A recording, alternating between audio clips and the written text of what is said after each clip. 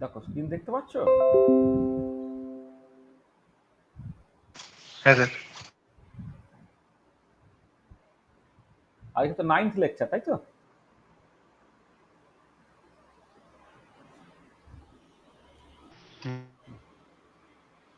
আচ্ছা বলো তাহলে। আগের দিন পর্যন্ত কারো যদি কিছু অসুবিধা থাকে তো বলে নাও। মানে আমরা একটা বেশ ভালো পোর্শন করে ফেলেছি। আগে ভাইব্রেশন স্পেকট্রোস্কোপি পর্যন্ত করে ফেলেছি। তাতে যদি কারো কিছু অসুবিধা থাকে এটা প্রথমে বলে নাও।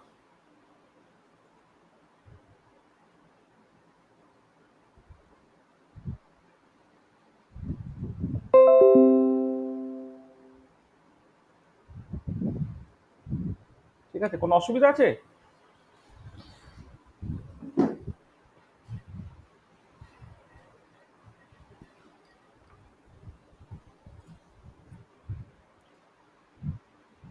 কি কারো কিছু ডাউটস বা কিছু আছে নাকি পড়াশোনা একদম করিস না কেউ?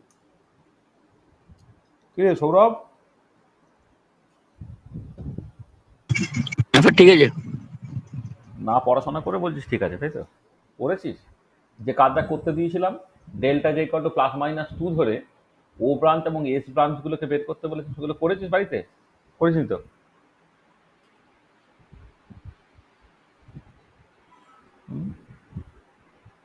করেছিস তো?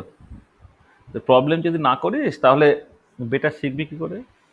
মানে আদৌ জিনিসগুলোকে কষতে পারিস কিনা জানবি কি করে?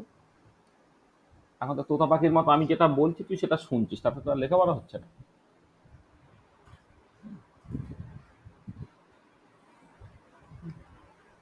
পার্টিকুলার 6 সেমিস্টারের ছেলেদের তো পার্টিকুলারলি করতেই হবে এগুলো ভালো করে। চলো আমরা শুরু করি।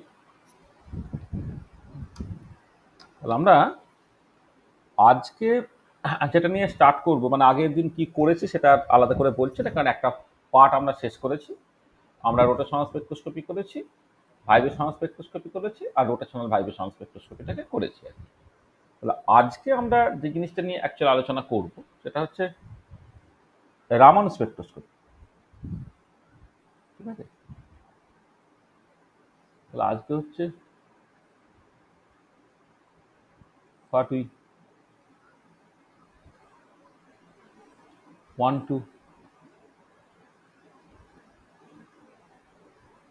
discuss today, সেটা হচ্ছে তোমার মূলত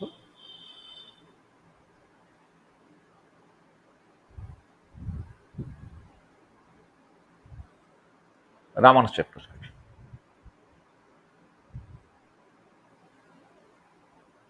আচ্ছা, রামান স্পেকট্রোস্কোপিটা তো খুব আমাদের জন্য খুব ইম্পর্টেন্ট।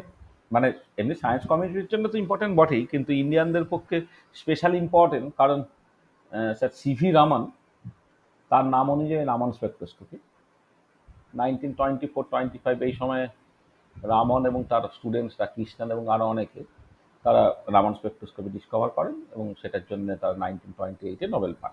ঠিক আছে, মানে রামান নোবেল পান। তো সেই রামান স্পেকট্রোস্কোপি সেটা আমরা পরপর করে পড়ার একটু চেষ্টা করব। আচ্ছা, আমরা শুরুটা করি এরকম একটা জায়গা থেকে। ধরো তুমি একটা মলিকুলকে নিয়েছো, ধরো একটা এম হচ্ছে একটা মলিকুল, এটা তুমি নিয়েছো। আচ্ছা, এবারে এইখানে তুমি একটা ফোটন বা লাইট পাঠাচ্ছ। আচ্ছা, এই যে ফোটনটা সেটা হচ্ছে তোমার ইউভি ভিজিবল রিজিয়ন, ইউভিএল। এটা হচ্ছে ফোটনটা হচ্ছে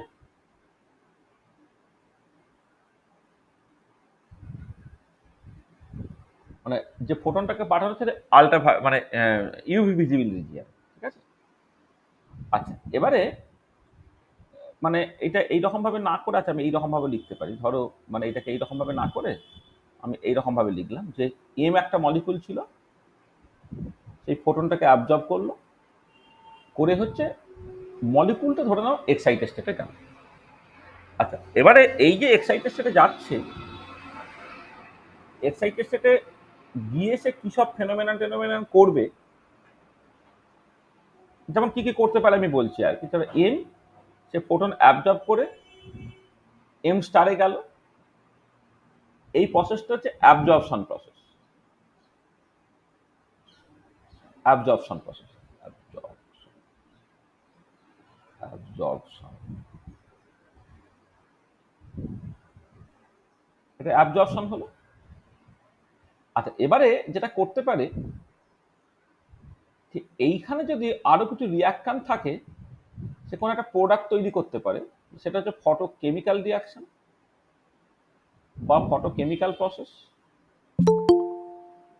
এইটা আর একটা যেটা করতে পারে যে এই এমটা আবার এম এতে নেমে আসতে পারে, সেটা হচ্ছে আইদার তোমার মানে দু রকম ভাবে আর কি, মানে এম এতে নেমে আসবে, এম এতে নেমে আসতে পারে দু রকম করে।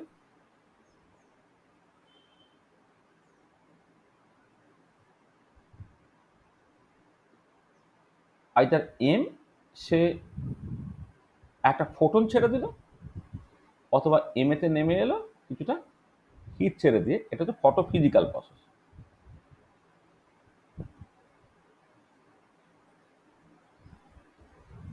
ফটোফিজিক্যাল প্রসেস। এবং এই কনটেক্সটে তোমার যেটা ব্যাপার যে যখন এম স্টারটা এম এতে নেমে আসছে, তোমার ফোটন ছেড়ে দিয়ে, সেটা হচ্ছে রেডিয়েটিভ ডিকে প্রসেস। এটা হচ্ছে রেডিয়েটিভ ডিকে প্রসেস।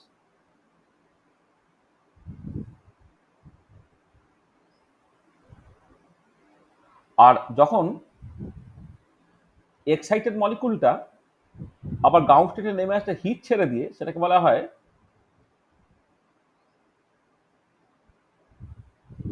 নন রেডিয়েটিভ ডিকে প্রসেস। আর এবার রেডিয়েটিভ ডিকে যে প্রসেসটা, সেই রেডিয়েটিভ ডিকে প্রসেসের মধ্যে কমন যে এক্সাম্পলগুলো তোমরা দেখবে, সেটা হচ্ছে ফ্লুরোসেন্স, আর ২ নম্বর হচ্ছে তোমার RES-CNC ফসফোরেসেন্স। আর নন রেডিয়েটিভ ডিকে প্রসেসের মধ্যে যে কমন যেগুলো, সেটা হচ্ছে ইন্টারনাল কনভার্সন,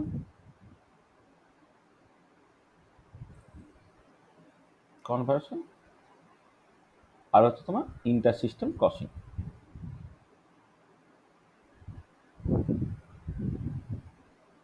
ঠিক আছে? তাহলে এই যে পুরো জায়গাটা, এই যে ইউভি ভিজিবল ফোটনকে অ্যাবজর্ব করা, এক্সাইটেড স্টেটে যাওয়া, তারপর সেই এক্সাইটেড স্টেট থেকে আবার নেমে আসা ফ্লুরোসেন্স বা ফসফোরেসেন্সের থ্রু দিয়ে, অথবা সে নন রেডিয়েটিভ প্রসেসে এম এতে নেমে আসবে হিট ছেড়ে দিয়ে, তারপরে তোমার এম স্টার যেটা হতে পারে অন্য কোনো রিয়াকশন পেলে সে একটা ফটোকেমিক্যাল প্রসেসের থ্রু দিয়ে, মানে একটা হয়তো ফ্রি রাডিক্যাল কিছু একটা তৈরি হয়ে গেছে, মানে ইলেকট্রনিক অ্যাবজর্পশন হচ্ছে ফলোড বাই মলিকুলার ডিসোসিয়েশন করে ফ্রি রাডিক্যাল তৈরি হয়ে গেছে, সেটা কোনো সেকেন্ডারি প্রসেসের থ্রু দিয়ে হচ্ছে বিভিন্ন রকমের প্রোডাক্ট তৈরি করা। এই যে এখানে যে জিনিসটা আমি বলেছি দেখো, সেখানে ইউভি ভিজিবল লাইট নেওয়া হয়েছে, কিন্তু প্রসেসটা হচ্ছে অ্যাবজর্পশন প্রসেস করে, তারপরে সেখান থেকে এমিশন হতে পারে বা কোনো রিয়াকশন টিয়াকশন হতে পারে। এই পুরো জায়গাটা পরে হচ্ছে তোমার ইলেকট্রন স্পেকট্রোস্কোপি,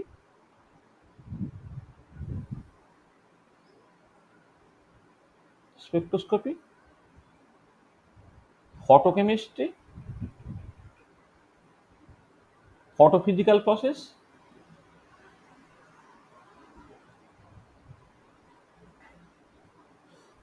এই যে ক্যাটাগরি আছে, এর মধ্যেই পুরো জিনিসটা পড়ে, মানে electron spectroscopy, photochemistry, photophysical process, এই পুরো জিনিস। কিন্তু আমরা আজকে ডিসকাস করব বলেছি Raman spectroscopy, not electron spectroscopy, photochemistry, photophysical process. তাহলে এবারে মজাকেটা হচ্ছে কি, electron spectroscopy, photochemistry, photophysical process ইত্যাদি করতে গেলে তোমাকে ইউভিজিবল রিজিয়নের ফোটন দিতে হয়, যেক্ষেত্রে ওয়েভলেন্থটা অফ দ্য অর্ডার অফ 200 থেকে 800 ন্যানোমিটার এরকম অর্ডারের, মানে যে ইউভি ভিজিবল ফোটনটা অ্যাকচুয়ালি ইউজড হয় ফটোকেমিস্ট্রি বা ফটোফিজিক্যাল প্রসেস স্টাডি করতে হবে ইলেকট্রন স্পেকট্রোস্কোপিতে, সেটা মূলত হচ্ছে 200 থেকে 800 ন্যানোমিটার এই রিজিয়নের মধ্যে, এইটা। আচ্ছা, এবারে এইখানে আমি যেটা করেছি দেখো, এম এই ফোটনটাকে অ্যাবজর্ব করে এম স্টার তৈরি করেছে, অর্থাৎ মলিকুলটা গ্রাউন্ড স্টেটে মলিকুলটা লাইট অ্যাবজর্ব করে বা ইউভি ভিজিবল ফোটন অ্যাবজর্ব করে সে ইলেকট্রনিক্যালি এক্সাইটেড স্টেটে গেছে। তো ইলেকট্রনিক্যালি এক্সাইটেড স্টেটে যেতে গেলে তোমাকে এই ফোটনের ফ্রিকোয়েন্সিটা এমনভাবে নিতে হবে যাতে করে দুটো ইলেকট্রনিক লেভেলের মধ্যে এনার্জি গ্যাপের সঙ্গে ওই এইচ নিউটা ম্যাচ করে। মানে দুটো ইলেকট্রনিক লেভেল তাদের মধ্যে যে গ্যাপটা, সেটাকে যদি ডেল্টা ই বলি, ডেল্টা ইটা যখন এইচ নিউ এর সঙ্গে ম্যাচ করবে, তখনই তোমার এই ইলেকট্রনিক অ্যাবজর্পশনটা ঘটবে, মলিকুলটা এক্সাইটেড স্টেটে যাবে। আচ্ছা, এবারে যদি এরকম করে দেওয়া হয় বাই চান্স যে তুমি এমন একটা ফোটন দিলে, মানে ইউভি ভিজিবল ফোটনই দিলাম, কিন্তু কোনো দুটো ইলেকট্রনিক স্টেটের যে এনার্জিটা তার সঙ্গে ওটা ম্যাচ করলো না, তখন কি হতে পারে? তখন যেটা হতে পারে, তাহলে এই যে প্রসেসটা হচ্ছে সেটা হচ্ছে অ্যাবজর্পশন এমিশন প্রসেস, কিন্তু অ্যাবজর্পশন এমিশন প্রসেস এইটা। তার জন্য যেটা হবে যে একটা ইলেকট্রনিক লেভেল থেকে একটা ইলেকট্রনিক লেভেলে পৌঁছাবে, পৌঁছে তারপর যা হওয়ার হবে। কিন্তু এর বদলে যদি এরকম হতো, ধরো তুমি জাস্ট মানে মানে এমনভাবে একটা ফোটন ফ্রিকোয়েন্সিটা তুমি চুজ করলে যাতে করে এইচ নিউটা দুটো পাশাপাশি দুটো ইলেকট্রনিক লেভেলের মধ্যে যে এনার্জি গ্যাপ ডেল্টাই তার সঙ্গে ম্যাচ করলো না, তখন যেটা হতে পারে সেটা যে স্ক্যাটারিং হতে পারে। তাহলে স্ক্যাটারিংটা হতে গেলে কেমন হবে? স্ক্যাটারিং ফেনোমেননটা কিরকম হচ্ছে এখানে? ধরো তুমি এখন এইরকম ভাবে ব্যাপারটাকে বলছি যে এই মলিকুলটা তো একা থাকে না, একটা মলিকুলার স্যাম্পেল থাকে।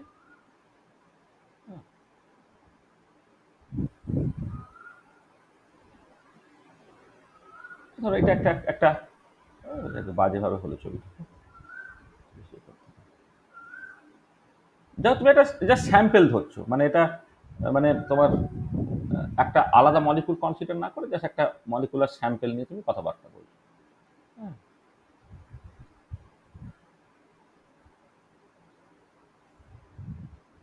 এটা হচ্ছে তোমার স্যাম্পেলটা। স্যাম্পেলের মধ্যে বিভিন্ন মলিকুল টলিকুল আছে। আচ্ছা, এবারে তুমি এই এইচ নিউ ফ্রিকোয়েন্সির লাইট এখানে পাঠালে, ঠিক আছে? আচ্ছা, প্রথম কথা হচ্ছে এখান থেকে তুমি একটা জিনিস হতে পারে যে কিছুটা পার্ট অ্যাবজর্ব করতে পারে, কিছুটা পার্ট ট্রান্সমিট করতে পারে,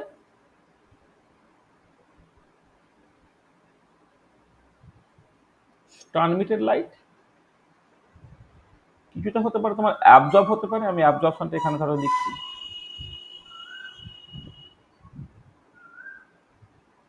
কিছুটা পোর্শন অ্যাবজর্পশন হতে পারে। অ্যাবজর্পশনটাকে বন্ধ করার জন্য কি করতে হবে সেটা আমি পরে বলছি।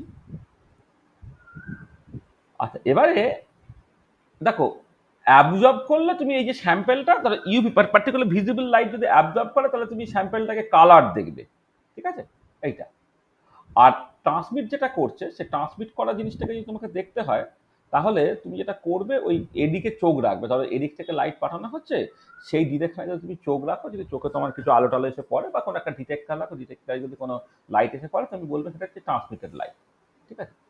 কিন্তু যেটা দেখতে পাওয়া যায় যে কিছুটা পার্ট থাকছে, যে পার্টটা হচ্ছে তুমি দেখতে পাচ্ছ যদি এর সঙ্গে পারপেন্ডিকুলার ডিরেকশনে চোখ রাখো তুমি, মানে যেদিক থেকে লাইট যাচ্ছে সেই ডিরেকশনটাকে বাদ দিয়ে অন্য পারপেন্ডিকুলার ডিরেকশনে যদি তুমি চোখ রাখো, তাহলে তুমি কিছুটা লাইট দেখতে পাচ্ছ, এবং পারপেন্ডিকুলার ডিরেকশনে যেটা তুমি পাচ্ছ সেটা বেসিক্যালি কিন্তু স্ক্যাটারিং লাইট। তাহলে এমনিতে তিনটে ফেনোমেনন ঘটে: অ্যাবজর্পশন ঘটে, ট্রান্সমিশন ঘটে, আর হচ্ছে তোমার স্ক্যাটারিং ঘটে, ঠিক আছে? তাহলে যে কোনো একটা মানে যে কোনো একটা লাইট অ্যাবজর্বিং প্রসেস যখন তুমি কনসিডার করো, কোনো একটা স্যাম্পেল আছে, সেখানে তুমি কোনো একটা পার্টিকুলার লাইট দিচ্ছ, তাহলে ইউজুয়ালি তিন রকমের ফেনোমেনা তুমি এক্সপেক্ট করতে পারো: কিছুটা অ্যাবজর্পশন, কিছুটা ট্রান্সমিশন, আর কিছুটা হচ্ছে স্ক্যাটারিং। আচ্ছা, এবারে আমাদের অ্যাকচুয়ালি ইন্টারেস্ট হচ্ছে স্ক্যাটারিং দিয়ে।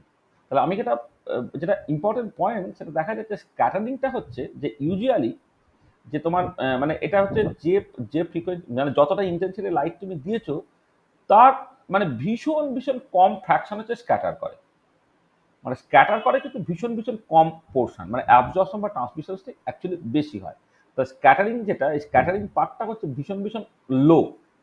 আচ্ছা, এবারে দেখো যে যে ইন্টেন্সিটির লাইটটা তুমি দিচ্ছ, সেই ইন্টেন্সিটির লাইটটার মধ্যে যদি একটা পোর্শন অ্যাবজর্পশন করে দেয়, বাকি পোর্শনটা ট্রান্সমিট করে, তাহলে স্ক্যাটারিং এর পার্সেন্টেজটা আরো কমে যাবে। তাহলে তোমাকে যেটা করতে হবে যে স্ক্যাটারিংটা নিয়ে যেহেতু আমাদের আলোচনা, তাহলে স্ক্যাটার লাইটের ইন্টেন্সিটি বাড়ানোর জন্য এখান থেকে অ্যাবজর্পশনটা না করে সেটা তোমাকে ঠিক করতে হবে। তার মানে আমি যেটা করতে পারি সেটা হচ্ছে যে যে frequency of incident radiation, frequency of incident radiation is chosen in such a way that h nu does not match with the spacing between two electronic energy level. মানে প্রথম কথা তুমি ইউভি ভিজিবল, এখানে এখানে তুমি যে লাইটটাকে দিচ্ছ তো ইউভি ভিজিবল রিজিয়নে, তো তাহলে ইউভি ভিজিবল রিজিয়নে লাইট দিলে তখন ইলেকট্রনিক ট্রানজিশন হওয়াটা খুব স্বাভাবিক, যেটা আমি আগে দেখিয়েছি। আর ইলেকট্রনিক ট্রানজিশনটা হওয়াটা খুব স্বাভাবিক। তাহলে ইউভি ভিজিবল রিজিয়নে তুমি ফোটনটাকে দিচ্ছ, এবারে সেই ফ্রিকোয়েন্সি তুমি এমনভাবে চুজ করো যাতে করে h nu does not match with the spacing between two electronic energy level, মানে কোনো দুটো ইলেকট্রনিক এনার্জি লেভেল তার সঙ্গে যেন এইচ নিউটা কোনোভাবে ম্যাচ না করে। তাহলে তাহলে কি হবে, তার মানে যেটা দাঁড়া হচ্ছে then then absorption does not take place, অ্যাবজর্পশনটা ঘটছে না, অ্যাবজর্পশন ঘটবে না। তার জন্য কি হবে, তোমার intensity of scattering light, intensity of scatter light will increase।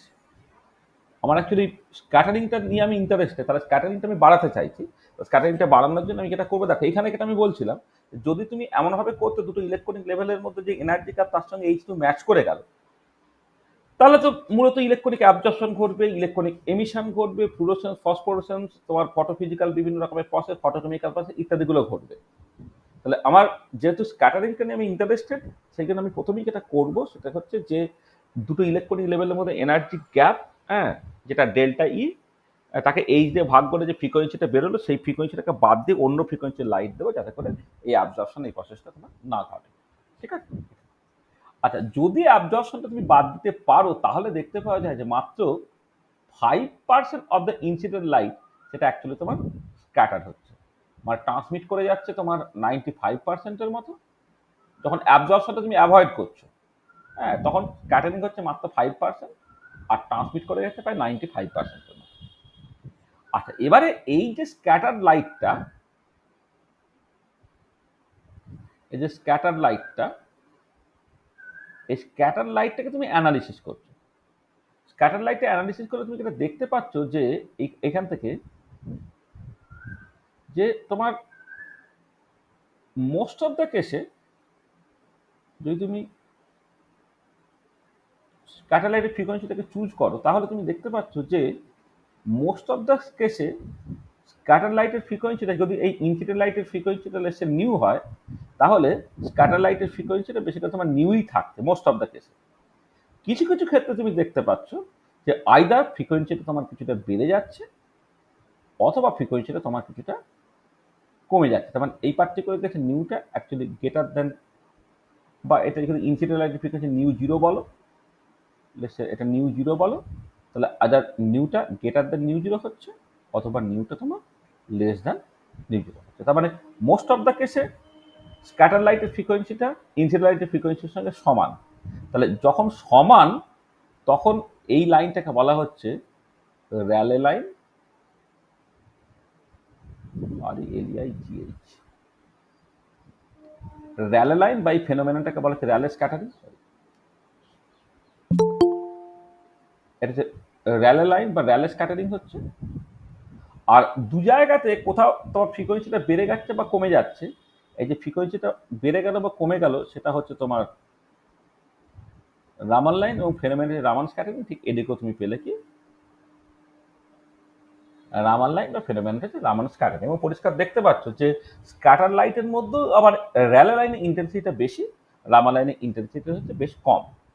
আচ্ছা, এবারে যখন তোমার ফ্রিকোয়েন্সিটা কমে গেল, এইটা এই যে রামান লাইনটা সেটাকে বলা হয় তোমার রামান লাইন, জেনারেলি নাম হবে রামান লাইন। রামান লাইনের মধ্যে যার ফ্রিকোয়েন্সিটা কমে যাচ্ছে তাকে বলা হচ্ছে স্টোকস লাইন, আর যার ক্ষেত্রে ফ্রিকোয়েন্সিটা বেড়ে গেছে তাকে বলা হবে অ্যান্টি স্টোকস লাইন। এটা আর এই ইনসিডেন্ট লাইট এবং তোমার স্টোক বা অ্যান্টি স্টোক লাইনের মধ্যে যে গ্যাপগুলো, হ্যাঁ, গ্যাপগুলো এটাকে তুমি ডেল্টা নিউ বলছো বা এদিকে তুমি ডেল্টা নিউ বলছো। ডেল্টা নিউটা যেটা বেসিক্যালি তোমার রামান লাইন, যেটা স্ট্রোক হতে পারে, অ্যান্টি স্ট্রোক হতে পারে, আর ইনসিডেন্ট লাইট যেটা তাদের ফ্রিকোয়েন্সি ডিফারেন্সটা, এটাকে নাম দেওয়া হচ্ছে তোমার রামান শিফট। রামান শিফট। ঠিক আছে, তাহলে কি হলো না, তুমি এমন একটা ফ্রিকোয়েন্সি চুজ করেছো যাতে করে ইলেকট্রিক অ্যাবজর্পশন না হয়, তখন তুমি দেখতে পাচ্ছ মাত্র 5% স্ক্যাটারিং হচ্ছে। এই 5%-এর যে স্ক্যাটারিং হলো সেটাকে অ্যানালিসিস করে যেটা দেখতে পাওয়া যাচ্ছে, তোমার এই র্যালে লাইন পাচ্ছ তুমি অফ দ্য অর্ডার অফ আবার 95%, মানে যে পার্টটা স্ক্যাটার করছে তার মধ্যে আবার 95% তোমার র্যালে লাইন, আর রামাল লাইন কম্বাইন করে যেটা পাচ্ছ সেটা হচ্ছে 5%। মানে রামাল লাইন পাচ্ছ তোমার এই দুটোকে কম্বাইন করে, মানে স্ট্রোকস এবং অ্যান্টি স্ট্রোক মিলে পাচ্ছ মাত্র 5%। তারপরে খেয়াল করে দেখো যে তুমি যদি সাফিসিয়েন্টলি হাই ইন্টেন্সিটি লাইট না নাও, তাহলে রামান লাইন যে অ্যাকচুয়ালি পাওয়া যায় সেটা দেখাই খুব কঠিন হয়ে যাবে। আচ্ছা, শুরুতে যেটা ছিল যখন আহ, রামান রামান এফেক্টটাকে আবিষ্কার করেছিলেন, তখন কিন্তু বেশি ইন্টেন্সিটি লাইট সেভাবে ছিল না।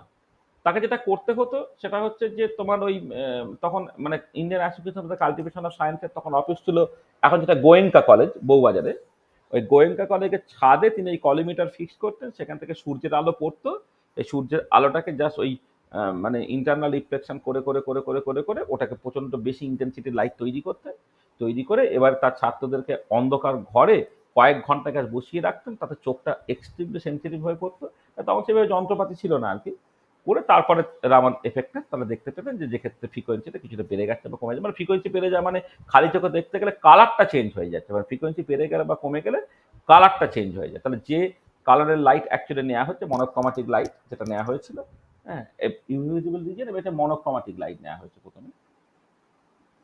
এটা মনোক্রোমাটিক, একটা সিঙ্গেল ফ্রিকোয়েন্সি আছে। হ্যাঁ, দেখা যাচ্ছে যে যে কালারটা ছিল কালারটা আইদার অন্য কালারে ট্রান্সফর্ম হয়ে যায়, সেখান থেকে বোঝা গেল যে হ্যাঁ একটা ওয়েভলেন্থ বা ফ্রিকোয়েন্সি চেঞ্জটা হয়েছে। কিন্তু পরবর্তীকালে যখন লেজার আবিষ্কৃত হয়ে গেল, লেজার দিয়ে তুমি একটা ফিক্সড ফ্রিকোয়েন্সির হাইলি ইন্টেন্স লাইট তৈরি করতে পারো। তখন রামান এফেক্টটা মানে 1960 যখন ইন্ডাস্ট্রিয়াল লেজার চলে এলো, তখন কিন্তু রামান এফেক্টটা একটা অন্য দিগন্ত পেয়ে গেল। তাহলে যেটা হচ্ছে যে তোমার after the advent of laser, মানে এমনিতে ইন্টেন্সিটি খুব কম বলে রামান এফেক্ট আবিষ্কারের পরেও কিন্তু অতটা পপুলার হয়নি, কিন্তু 1960s পরে রামান এফেক্টটা প্রচন্ড পপুলার হয়ে যায়। After the advent of laser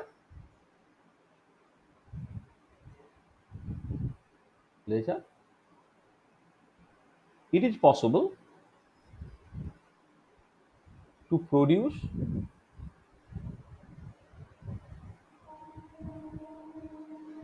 monochromatic light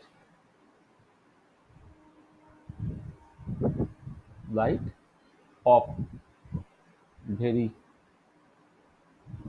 high intensity, monochromatic light of very high intensity. Then Raman effect becomes more popular. তখন তো রামান এফেক্টটা কিন্তু খুব পপুলার হয়ে গেল এটা, ঠিক আছে। আচ্ছা, এবারে আমি এই যে রামান শিফটটাকে দেখছি, সেই রামান শিফট সম্বন্ধে কতগুলো কথা গাছ বলা যায়। তাহলে some important experimental observation, important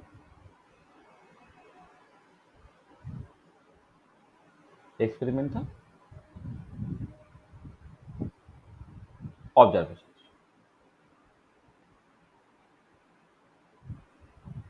আচ্ছা, প্রথম যে ইম্পর্টেন্ট অবজারভেশনটা সেটা হচ্ছে যে Raman শিফটটা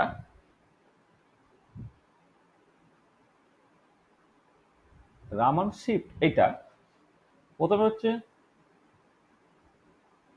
does not depend on the frequency of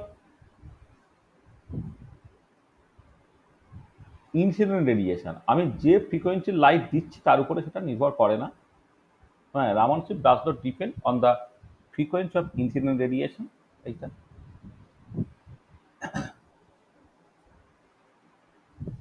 আচ্ছা, সেটা হলো 1 নম্বর। আচ্ছা, 2 নম্বর হচ্ছে যে Raman shift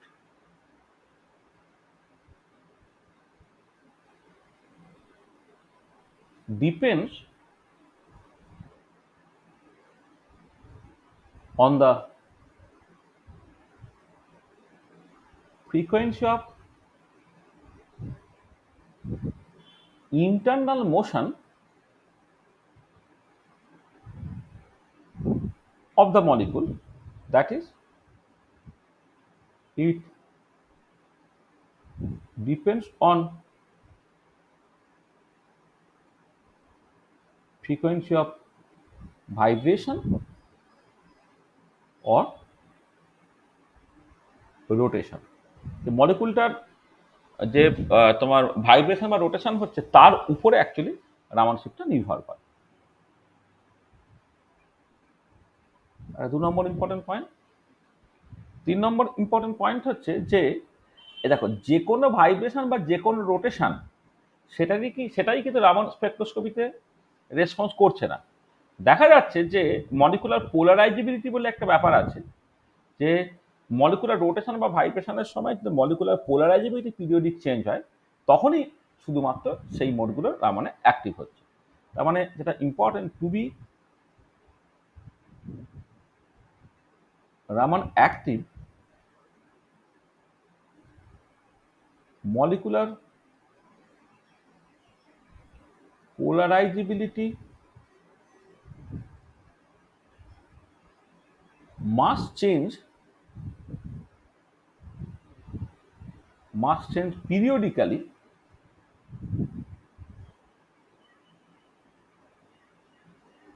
during the internal motion of the molecule. During the internal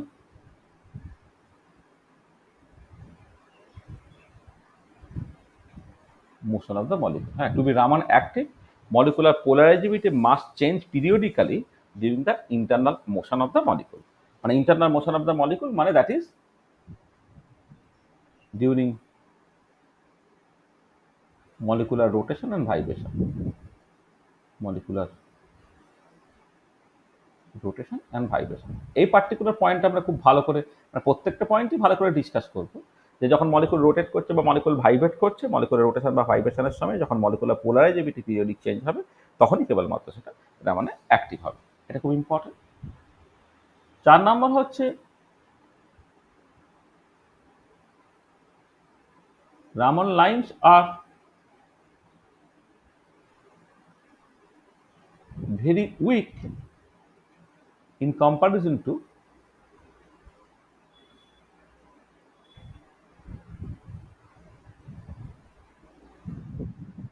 Rayleigh lines।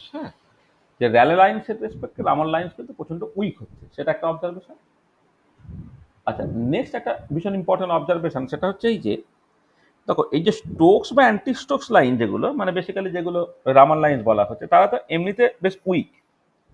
এবার আমি যদি স্টোকস এবং অ্যান্টি স্টোকস তাদের রিলেটিভ ইন্টেন্সিটি কনসিডার করি তাহলে এটা দেখতে পাবে পার্টিকুলারলি ভাইব্রেশনাল রামানের জন্য ভাইব্রেশনাল রামান স্পেকট্রোস্কোপি তুমি দেখতে পাবে যে স্টোকস লাইন্স যেগুলো সেগুলো হচ্ছে তোমার মানে more intense than the anti Stokes line. মানে স্টোকস আর অ্যান্টি স্টোকসের যে কম্পারিজনটা করছে, মানে র্যালের সাথে কম্পারিজন তো চলে গেল, র্যালের তুলনায় রামাল লাইন বা স্টোকস বা অ্যান্টি স্টোকস লাইন অনেক কম ইন্টেন্স। এবার স্টোকস এবং অ্যান্টি স্টোকস যদি কম্পেয়ার করি পার্টিকুলারলি ভাইব্রেশনাল রামানের ক্ষেত্রে যেটা দেখতে পাবে স্টোকস লাইনগুলো ordinary temperature more intense than the anti Stokes line.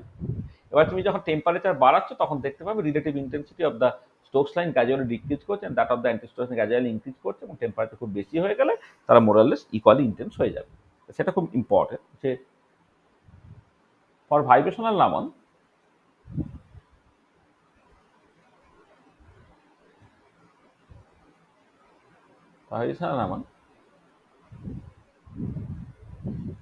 Stokes lines are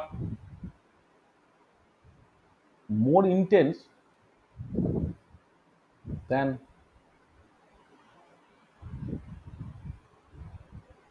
anti-Stokes line at ordinary temperature. At ordinary temperature.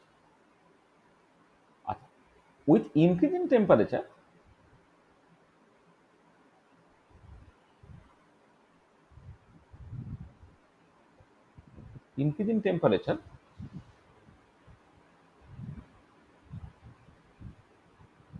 intensity of Stokes lines gradually decreases and that of anti-stress line gradually increases. এবারে they become more or less equally intense when temperature is sufficiently high.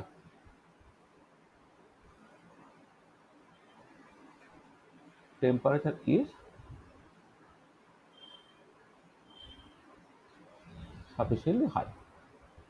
দেখো কতগুলো important observations আমরা দেখলাম।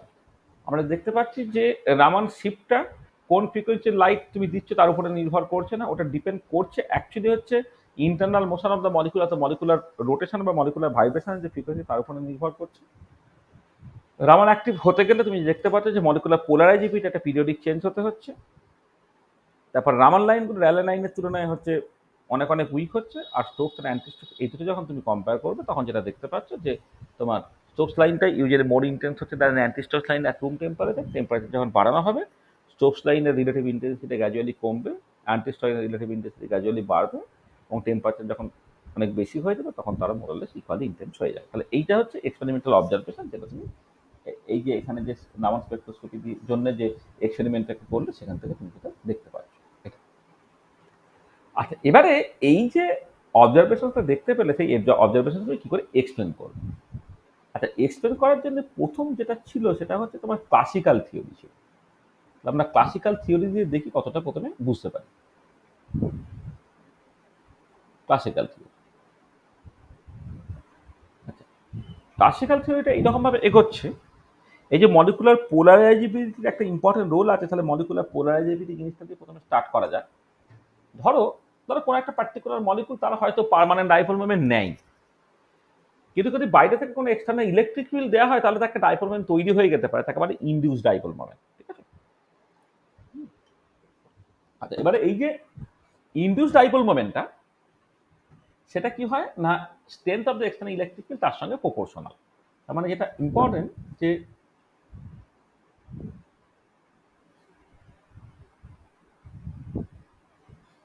Induce dipole moment mu induce এইটা basically proportional to ই, যেখানে যেখানে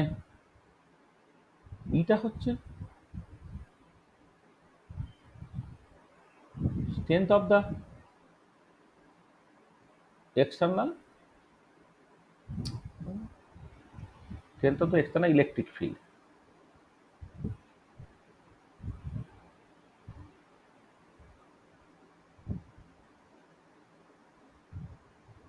strength of the external electric field সেটা হচ্ছে ই। এবং এইটা বেসিক্যালি আসছে কোথা থেকে তো জানো তো? এটা লাইট থেকে আসছে। That comes from the electric field associated to light. মানে লাইট একটা ইলেকট্রোম্যাগনেটিক রেডিয়েশন, সেখানে তুমি জানো একটা ইনসেপারেবল ইলেকট্রিক ফিল্ড ভেক্টর বা ম্যাগনেটিক ফিল্ড ভেক্টর রাখতে তারা মিউচুয়ালি পারপেন্ডিকুলার, আর perpendicular to the direction of propagation of light. সেই যে ইলেকট্রিক ফিল্ডটা সেই এইখানে যে এক্সটার্নাল ইলেকট্রিক ফিল্ডটা বেসিক্যালি সেখান থেকে আসছে। আচ্ছা, অর তুমি এটাকে লিখে দিতে পারো যে মিউ ইনডিউসটা একটা প্রপোর্শনালিটি কনস্ট্যান্ট আলফা ইন্টু ই, এইরকম ভাবে তুমি লিখে দিলে, যেখানে আলফা একটা প্রপোর্শনালিটি কনস্ট্যান্ট যাকে বলা হচ্ছে পোলারাইজেবিলিটি। আলফা হচ্ছে তোমার বেসিক্যালি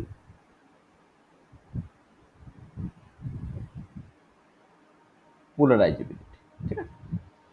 তাহলে এটা তো এই পার্টিকুলার যে প্রপোর্শনালিটি কনস্ট্যান্ট, এই পোলারাইজেবিলিটি নিয়ে পরে ডিটেল খুব কথাবার্তা হবে। আমাদের ইলেকট্রিক্যাল প্রপার্টিজ অফ মলিকুলস আছে, হ্যাঁ, মানে ম্যাক্সিমামেরই মানে আগে হয়ে গেছে ইলেকট্রিক্যাল প্রপার্টিজ অফ মলিকুল। তো যাদের হয়নি তাদের ইলেকট্রিক্যাল প্রপার্টিজ অফ মলিকুলস দেখবে পড়ানো হবে কোনো এক সময়, তো তুমি দেখতে পাবে।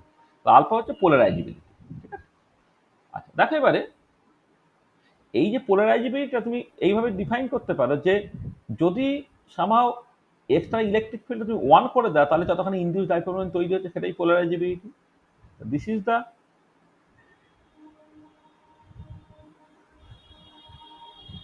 induced dipole moment produced per unit external electric field. This is the induced dipole moment produced per unit external electric field. আচ্ছা, এবার যদি সিজিএস ইউনিটে তুমি দেখো,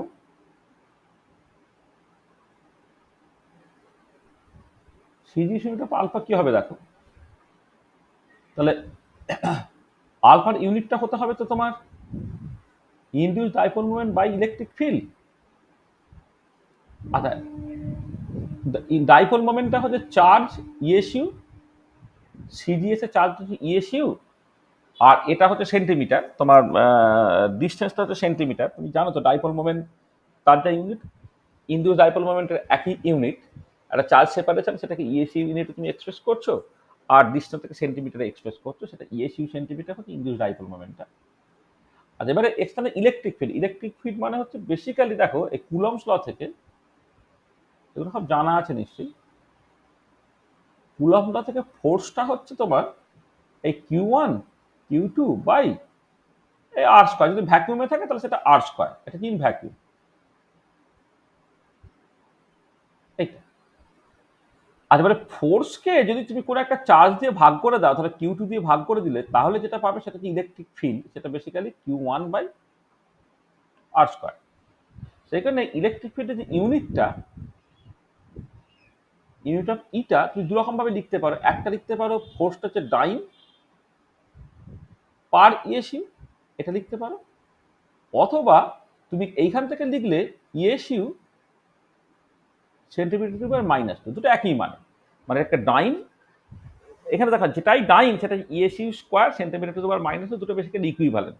কারণ চার্জগুলো ইউএসইউতে লিখবে, আরটাকে তুমি সেন্টিমিটারে লিখবে, আর সিজিএস এর ফোর্সটাকে তুমি ডাইনে লেখো, যেটাই ডাইন সেটাই হচ্ছে ইএসইউ স্কোয়ার সেন্টিমিটার টু পাওয়ার -2। তাহলে এখানে দেখো ইউনিট অফ ইটাকে তুমি ডাইন ইএসইউ ইনভার্স লিখতে পারো, অথবা ইএসইউ সেন্টিমিটার টু পাওয়ার -2টা লিখতে পারো। ইটাকে যদি তুমি ইএসইউ সেন্টিমিটার টু পাওয়ার -2 লেখো, তাহলে এটা কত হয়ে যাচ্ছে দেখো, সেন্টিমিটার কিউব হয়ে যাচ্ছে। তার মানে যেটা ইম্পর্টেন্ট যে সিজিএস এ পোলারাইজেবিলিটি ইউনিট আর ভলিউম ইউনিট হচ্ছে সমান। এটা খুব ইম্পর্টেন্ট পয়েন্ট যে in CGS unit system, unit of polarizability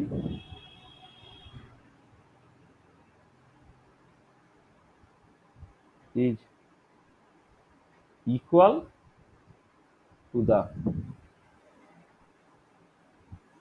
unit of volume.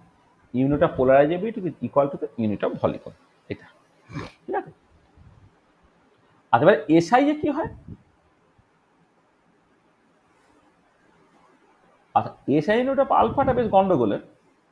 আলফাটা যখন তুমি মিউ ইনডিউসড বাই ইটাকে লিখবে, দেখো এইটা তো তোমার কুলম্ব মিটার হয়ে যাবে, আর ইটা এসআই এ যদি তুমি করো কুলম্বস লটা, এফ ইকুয়াল টু তোমার লিখতে হয় কত, Q1 Q2 by 4 pi epsilon 0 r square.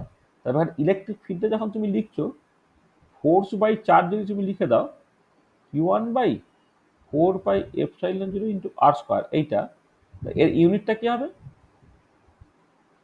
Unit of ই তুমি এমনিতে লিখলে newton coulomb to the power -1, এরকম ভাবে তোমাকে লিখতে হবে coulomb newton coulomb to the power -1, কারণ ফোর্স পার ইউনিট চার্জ বলে এইটা সেই মতো করেই হবে। এবং এখানে তুমি জানো যে এপসাইলন 0 এটা absolute permittivity of the vacuum, তার ইউনিটটা এমনভাবে চুজ করা হয় যেন পুরো জিনিসটা কনসিস্টেন্ট হয়, এরকম দেখতে হচ্ছে। তুমি যদি এখানে বসাও, দেখো তোমার newton coulomb to the power -1, তাহলে সেটা হয়ে যাচ্ছে কত, coulomb square metre newton inverse, এরকম একটা ইউনিট হচ্ছে, যে ইউনিটটার সাথে কিন্তু ভলিউমের মতো নয়। কিন্তু তুমি খেয়াল করে দেখো, যদি unit of alpha by 4 pi epsilon 0টাকে করো, তাহলে সেটা কি হবে, সেটা হচ্ছে যে mu induced by 4 pi epsilon 0 into eta. তখন সেটা কি হচ্ছে দেখো, এটা হচ্ছে কুলম্ব মিটার। আচ্ছা, 4 পাই এপসাইলন 0 ইউনিট এখান থেকে কি হবে খেয়াল করে দেখো, 4 পাই এপসাইলন 0টা এই এখানে এসআই এ তো কুলম্ব লটা এরকম দেখতে, এটা হচ্ছে এটা ইন ভ্যাকুয়ামে, কুলম্বস লটা তোমার সিজিএস এ করলে এটা হচ্ছে ইন সিজিএস এটা, আর ইন এসআই এ করলে এইটা। তাহলে এবারে এই ইকুয়েশন থেকে দেখো 4πε0 যদি বাঁ দিকে নিয়ে আসো তাহলে এই ফোর্সটা ডান দিকে চলে গেল, আর 4πε0 ইউনিটটা কি হবে coulomb square newton inverse beta to the power -2। তাহলে এইটা হয়ে যাচ্ছে coulomb square newton inverse beta to the power -2, আর ইলেকট্রিক ফিল্ডটা as usual newton coulomb inverse হয়ে গেল। দেখো সব কেটে কুটে যাচ্ছে, কুলম্ব স্কয়ার হচ্ছে কুলম্ব হলো, কুলম্ব ইনভার্স কেটে চলে গেল, আর তোমার এদিকে নিউটন ইনভার্স নিউটন কেটে চলে গেল, তাহলে উত্তরটা তোমার মিটার কিউব হয়ে গেল। তার মানে এটা ইম্পর্টেন্ট যে ইন এসআই ইউনিট অফ আলফাটা নয়, unit of alpha by 4πε0 as the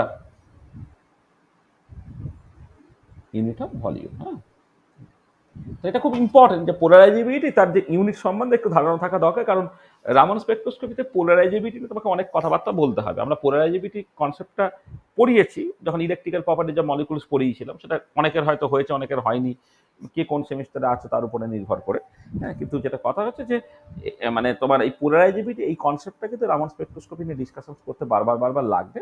সেখানে এই পোলারাইজেবিলিটি জিনিসটা কি আমি একটুখানি এখানে বলে দিলাম। তাহলে চলো এবারে ফিরে আসি আমি। Induce dipole moment alpha into E. এবারে দেখো এই যে ইনডিউস ডাইপোল মোমেন্টটা, তুমি এটাকে আলফা ইন্টু ই যেটা লিখলে, আলফাটাকে আমি লিখছি alpha zero plus del alpha by del xi at xi equal to 0 into xi into sine 2 nu i into টি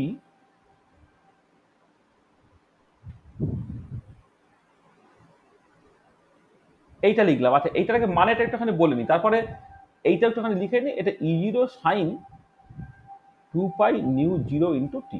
আচ্ছা দেখো, যেখানে নিউ জিরোটা হচ্ছে frequency of incident electromagnetic radiation,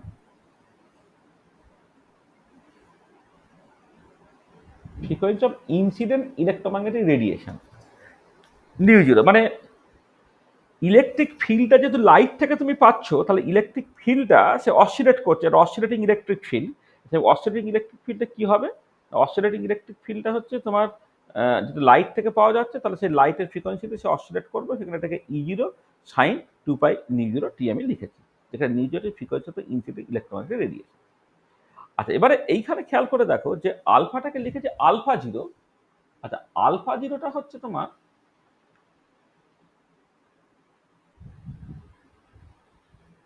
alpha জিরোটা হচ্ছে তোমার ইকুইলিব্রিয়াম জিওমেট্রি। ধরো মানে আমার তো আলটিমেটলি পোলারিটি চেঞ্জটাকে দেখতে হবে ডিউরিং মলিকুলার রোটেশন আর মলিকুলার ভাইব্রেশন। এবারে তার একটা ইকুইলিব্রিয়াম জিওমেট্রি থাকবে, তাহলে ইকুইলিব্রিয়াম জিওমেট্রিতে পোলারাইজেবিলিটি হচ্ছে আলফা জিরো। এটা হচ্ছে তোমার পোলারাইজেবিলিটি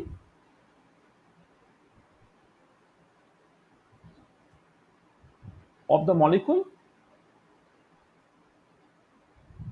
অ্যাট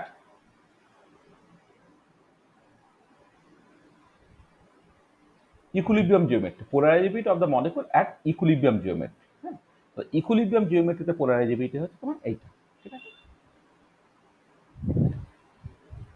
আচ্ছা, এবারে এই যে পার্টটা তাহলে কি, আচ্ছা যাইটা বলি, যাইটা হচ্ছে change in internal coordinate such as bond length,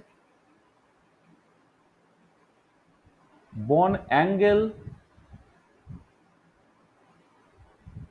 dihedral angle, etc.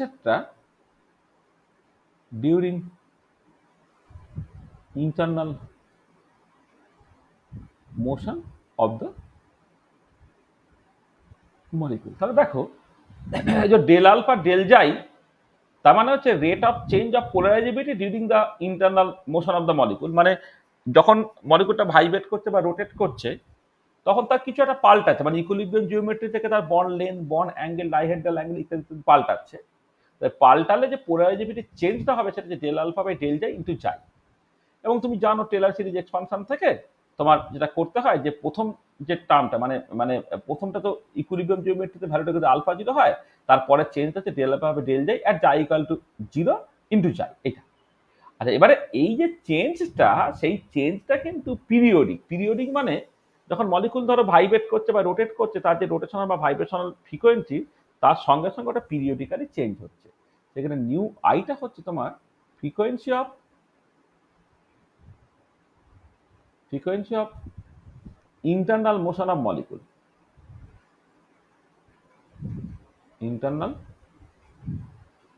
Motion of the molecule, frequency of internal motion of the molecule. তার মানে তোমার ধরো মলিকুলার রোটেশন, মলিকুলার ভাইব্রেশন যে হচ্ছে তার যে ফ্রিকোয়েন্সিগুলো আছে, হ্যাঁ তুমি তো জানো যে মলিকুলার রোটেশন ভাইব্রেশন হবে frequency, rotation spectroscopy vibration spectroscopy করতে গিয়ে তুমি তো দেখেছো সেই frequency of internal motion of the molecule, সেইটা হচ্ছে তোমার নিউ ওয়াই। ঠিক আছে, তাহলে এই যে আলফাটাকে যে এইরকম ভাবে লিখলাম আর ইটাকে যে এইরকম ভাবে লিখলাম, এই জায়গাটা পরিষ্কার? ঠিক আছে, বুঝতে পেরেছো এটা? তাহলে তোমরা আছো না নেই? হ্যাঁ স্যার, ঠিক আছে। ঠিক আছে,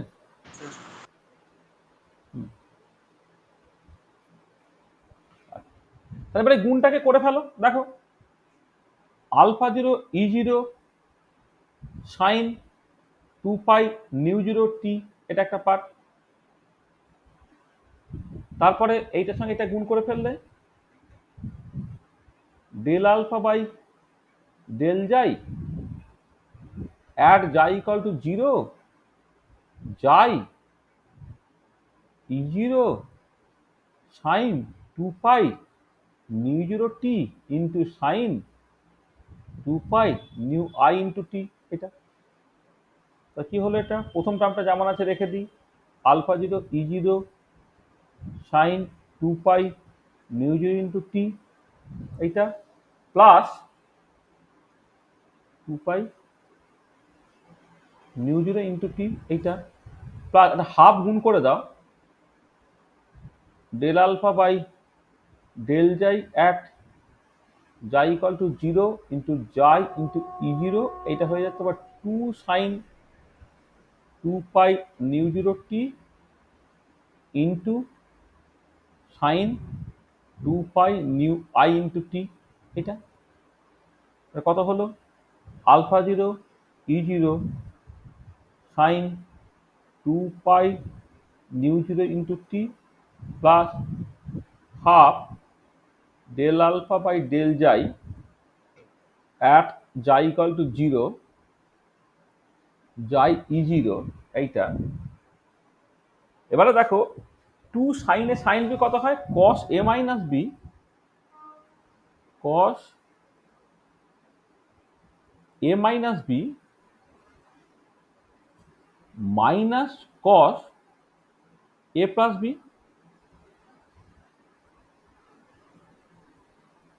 এটা 2 সাইনে সাইন বির ফর্মুলা। হ্যাঁ, তাহলে কি হচ্ছে? কস এ মাইনাস বি মাইনাস কস এ প্লাস বি, এইটা। তারপর তুমি দেখো এখানে তোমার তিনটে টার্ম পেলে তুমি। একটা টার্ম হচ্ছে alpha zero E zero sine 2 pi nu zero t, এইটা একটা টার্ম। এটা ধরো 1 নম্বর টার্ম তুমি লিখলে, প্লাস হচ্ছে half del alpha by del xi at xi equal to zero into xi E zero cos 2 pi nu zero minus nu i into t, এটা 2 number equation.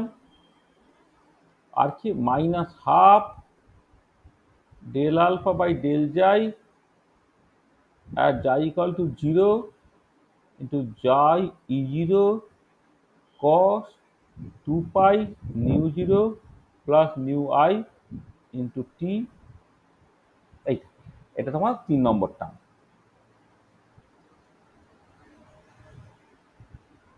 3 নম্বর term.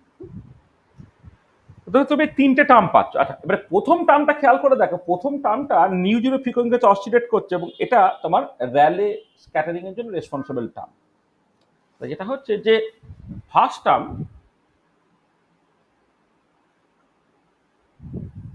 টার্মটা সেটা তোমার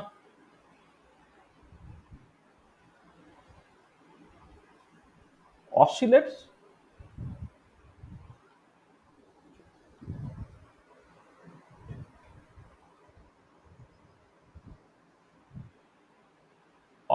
with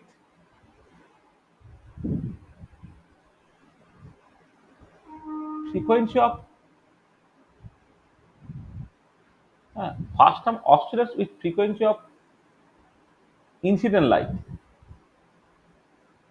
nu zero. This gives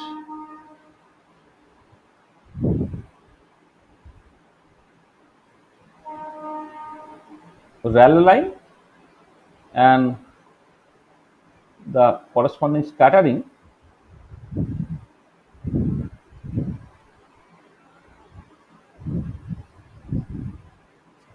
is called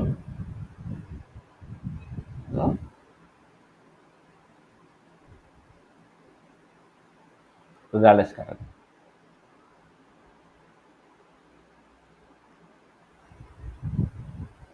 এটাকে বলা হচ্ছে Rayleigh scattering. ঠিক আছে,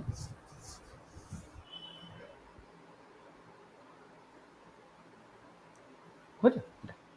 আচ্ছা, second টার্মটা দেখো, মানে সেকেন্ড এবং থার্ড প্রথমে দুটোই বলি। Second and third term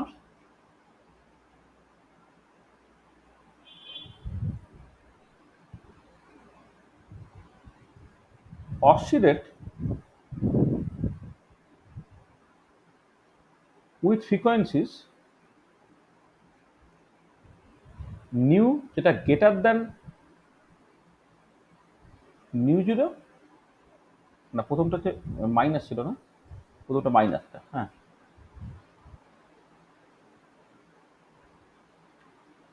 with nu less than nu zero and nu greater than nu zero, এটা second and third term oscillate with frequencies nu less than nu zero and nu greater than nu zero. They correspond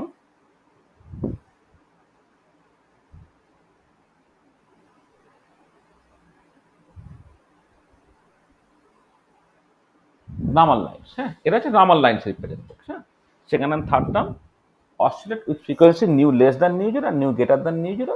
They correspond Raman lines. ঠিক আছে, আচ্ছা, এবারে second টার্মটা দেখো। Second term oscillates with frequency nu equal to nu zero minus nu I, এইটা। This gives ফ্রিকোয়েন্সিটা কমে গেল, frequency কমে গেলে সেটা স্টোকস লাইন বলে। This gives Stokes line. আর third term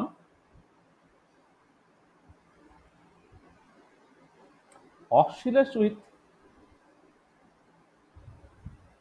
frequency nu equal to nu zero plus nu I, এইটা কি করছে না, this gives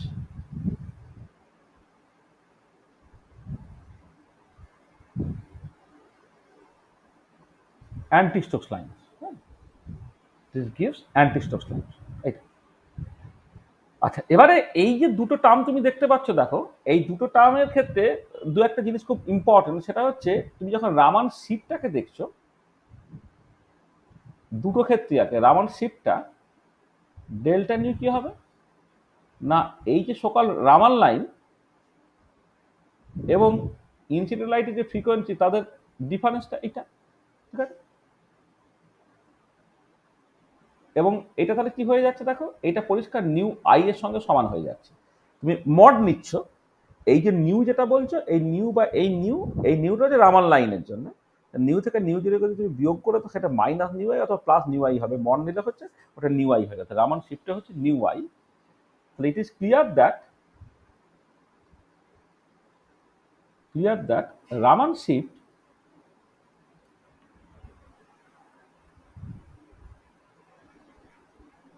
does not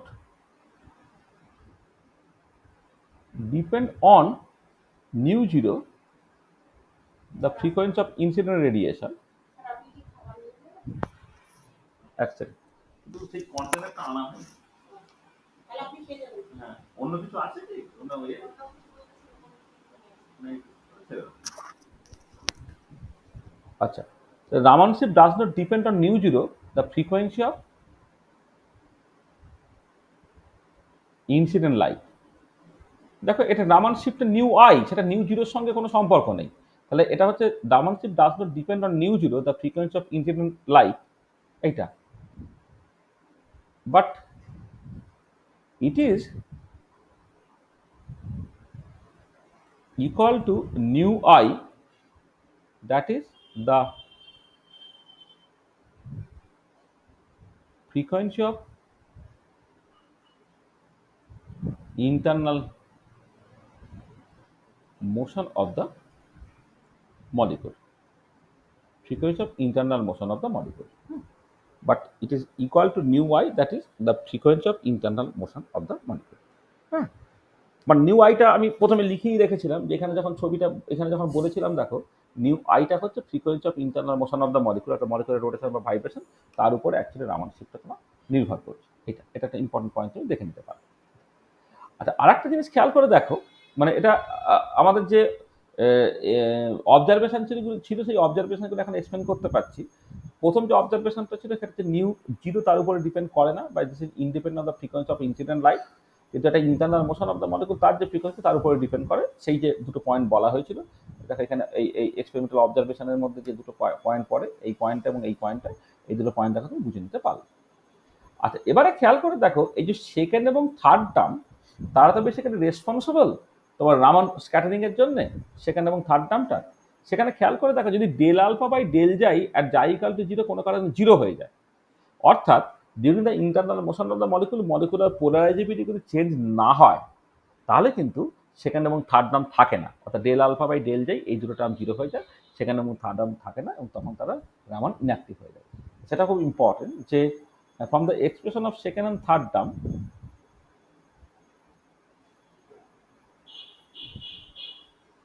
expressions of second and third term, it is clear that these terms will survive if del alpha by del xi at xi equal to 0 হচ্ছে তোমার not equal to 0। এটা তার মানে হচ্ছে that is to be Raman active,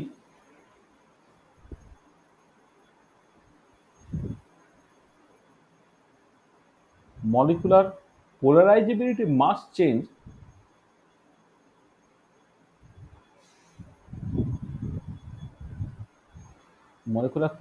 must change periodically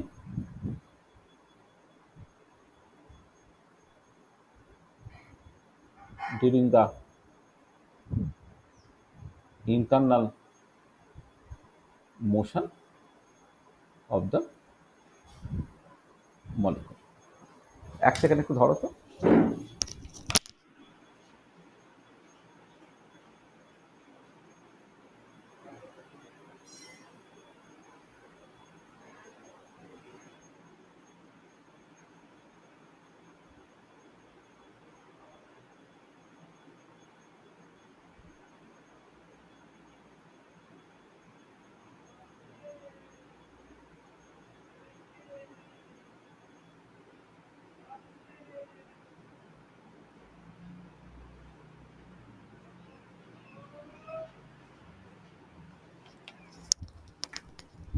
হ্যাঁ, কি বললাম, to be Raman active molecular polarizability must change periodically during the internal motion of the molecule.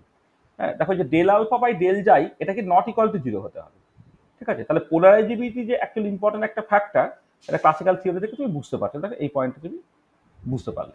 আচ্ছা, এবারে ফার্স্ট টার্ম এবং দেখো এমনি এই যে টার্মগুলো আছে, এই যে সাইনটাকে বাদ দিয়ে বাকি যে কোফিসিয়েন্টটা আছে ফার্স্ট টার্মে সেটা আলফা জিরো ই জিরো, আর পরেরগুলোর ক্ষেত্রে কস্টাম বা কস্টামগুলো যে পিরিয়ডিক, বাকি যে পার্টটা আছে half del alpha by del z আর z equal to zero, z into E zero. তাহলে যেটা কথা হচ্ছে যে ফার্স্ট টার্মের কোফিসিয়েন্টটা অনেক বেশি ইন কম্পারিজন টু সেকেন্ড এবং থার্ড টার্ম, কারণ ডেল আলফা বাই ডেল জাই ইটসেলফ খুব ছোট বলে সেখানে কোফিসিয়েন্টটা কিন্তু ফার্স্ট টার্মে সবচেয়ে বেশি।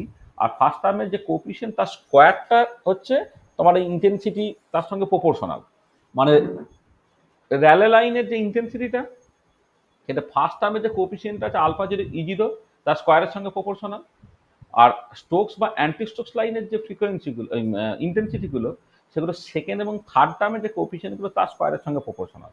তাহলে যেহেতু তুই বুঝতেই পারছো যে সেকেন্ড এবং থার্ড টার্মের করসপন্ডিং কোফিসিয়েন্ট অনেক ছোট দেন দ্য ফার্স্ট টার্ম, সেখানে রামান লাইনগুলো অনেক কম ইন্টেন্স হবে in comparison two Stokes line. তাহলে যেটা হচ্ছে যে তোমার from the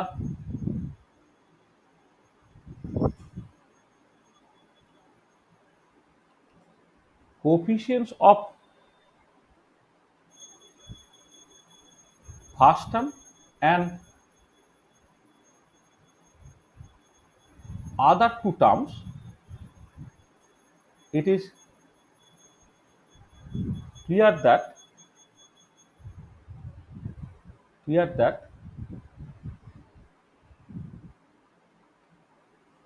intensity which is proportional to the amplitude square, ওই কোফিসিয়েন্টটা হচ্ছে অ্যামপ্লিটিউড আর কি, হ্যাঁ, which is proportional to amplitude square is much higher for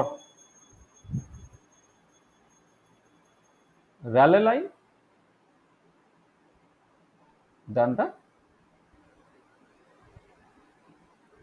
রামাল line. মানে সবসময় অসিলেটিং যে পার্টটা সাইন বা কসের আগে যে টার্মটা থাকে এটা আমি কোফিসিয়েন্ট বলছি, ওটা অ্যাকচুয়ালি তোমার অ্যামপ্লিটিউড।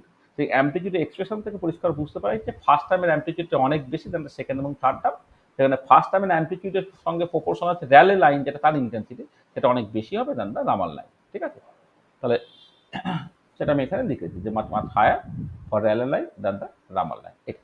তাহলে দেখো এই পরের পার্টটাও তুমি বেসিক্যালি এক্সপ্লেন করতে পারলে, কিন্তু তারপরের পার্টটাকে তুমি এখান থেকে এক্সপ্লেন করতে পারবে না। দেখো এখানে যেটা বলা হচ্ছে যে পার্টিকুলারলি আমি তো এখানে যেটা করছি ভাইব্রেশনাল রোটেশনাল জেনারেল রামান স্পেকট্রোস্কোপির জন্য থিওরিটাকে করছি, ভাইব্রেশনালের জন্য এই একই থিওরি অ্যাকচুয়ালি অ্যাপ্লিকেবল। এবারে ভাইব্রেশনাল রামানের ক্ষেত্রে কি বলা হয়েছিল যে অর্ডিনারি টেম্পারেচারে Stokes line is more intense than the anti Stokes line, কিন্তু এখানে খেয়াল করে দেখো যদি এই এই যে অ্যামপ্লিটিউডগুলো তার স্কোয়ার যদি তোমার ইন্টেন্সিটির সঙ্গে প্রপোর্শনাল হয়, সেকেন্ড এবং থার্ড টার্ম দুটোরিতে অ্যামপ্লিটিউডটা এক্স্যাক্টলি একই আছে, একটা প্লাস আছে মাইনাস আছে, কিন্তু স্কোয়ার করলে দুটো সমান হয়ে যাবে। তারপরে দেখো 2 নম্বর এবং 3 নম্বরে এই যে অ্যামপ্লিটিউড যে দুটো পার্ট তুমি দেখতে পাচ্ছ, সেই অ্যামপ্লিটিউড পার্টগুলো দুটো সমান হয়ে যাওয়ার জন্য স্টোকস এবং অ্যান্টি স্টোকসটা ইকুয়াল ইন্টেন্স হওয়ার কথা, কিন্তু বাস্তবে সিচুয়েশনটা হচ্ছে অন্যরকম। আচ্ছা, তাহলে তাহলে দেখো এই ক্লাসিক্যাল থিওরি তুমি অনেক কিছু এক্সপ্লেন করতে পারলে, কিন্তু ফিফথ পয়েন্ট এক্সপ্লেন করতে পারছো না। Classical theory of Raman spectroscopy,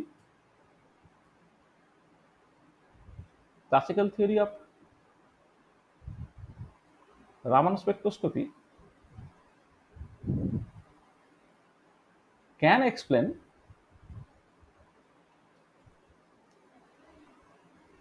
many of the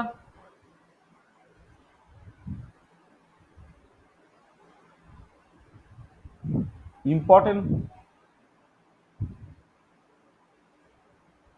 observations of Raman spectra. But this theory cannot explain the relative intensity of Stokes and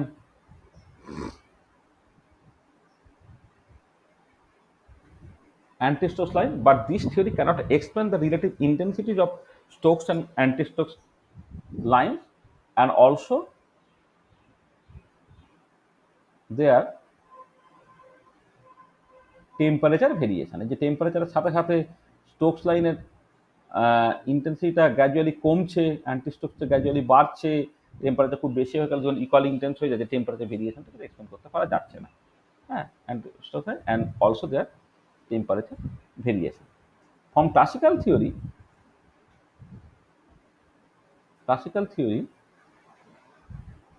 it is clear that as the coefficient of second and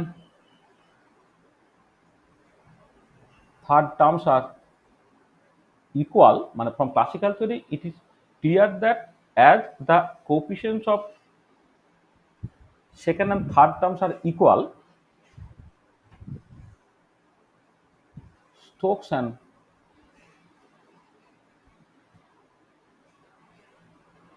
anti-Stokes line should be of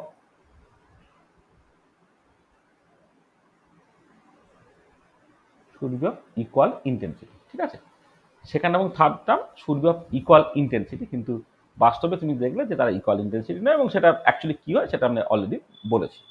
তো দেখো, classical theory of Raman spectroscopy, সেটা দিয়ে আমি অনেক কিছু explain করতে পারলাম, কিন্তু পুরো জিনিসটাকে এক্সপ্লেন করতে পারলাম না। তাহলে উপায় কি?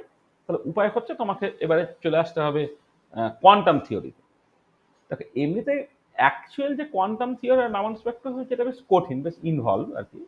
সেটার জন্য আমি বারবার বলি যে আমাদের যে স্পেকট্রোস্কোপিটা পড়ছি, সেই স্পেকট্রোস্কোপিটা পড়ার জন্য যে ব্যাকগ্রাউন্ডগুলো দরকার ছিল, তাতে তোমার টাইম ডিপেন্ডেন্ট পারটারবিশন থিওরি সেই ব্যাকগ্রাউন্ডের মধ্যে সার্টেনলি পড়তো, গ্রুপ থিওরি সেই ব্যাকগ্রাউন্ডের মধ্যে পড়তো, সেগুলোকে তো আমরা করিনি। সেখানে আমাদের বেশ বেশ মানে কি বলবো, যে সবটা যে ঠিক করে বুঝতে পারছি সেরকম নয়, কিন্তু কোয়ালিটেটিভলি যতটা বোঝানো যায় বিএসসি স্ট্যান্ডার্ডে, সেটা আমি বলার চেষ্টা করছি। যাকে যেটা আমি বলছিলাম, যে রামান স্পেকট্রোস্কোপির যে অ্যাকচুয়াল কোয়ান্টাম মেকানিক্যাল থিওরি, সেটা থিওরিটাকে করতে গেলে তোমাকে কিন্তু অনেকটা ব্যাকগ্রাউন্ড তৈরি করতে হবে। সেটা করবো না, কিন্তু আমরা জাস্ট কোয়ালিটেটিভলি বুঝিয়ে দেবো যে পার্টিকুলার পয়েন্টটা বুঝতে পারা গেল না এখানে আর কি, সেই পার্টিকুলার পয়েন্টটা কিন্তু আমরা বুঝিয়ে দেওয়ার চেষ্টা করছি আর কি। সেই জন্য আমি কোয়ান্টাম থিওরির নাম দিচ্ছি, কিন্তু খুব ডিটেল যে কোয়ান্টাম থিওরিটাকে করছি সেটা নয়।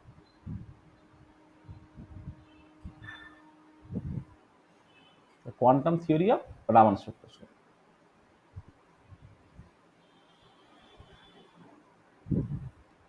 আচ্ছা, এখন পর্যন্ত যতটুকু বলেছি সেই জায়গায় কারো যদি কিছু অসুবিধা থাকে এটা ওখানে বলে নাও। মানে এখন পর্যন্ত যতটুকু আমি বলেছি সেই পর্যন্ত কারো কি কিছু অসুবিধা আছে?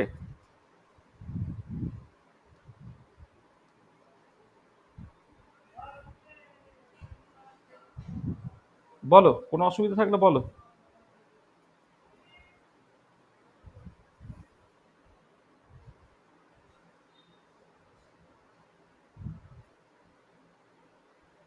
কিছু অসুবিধা আছে? না স্যার।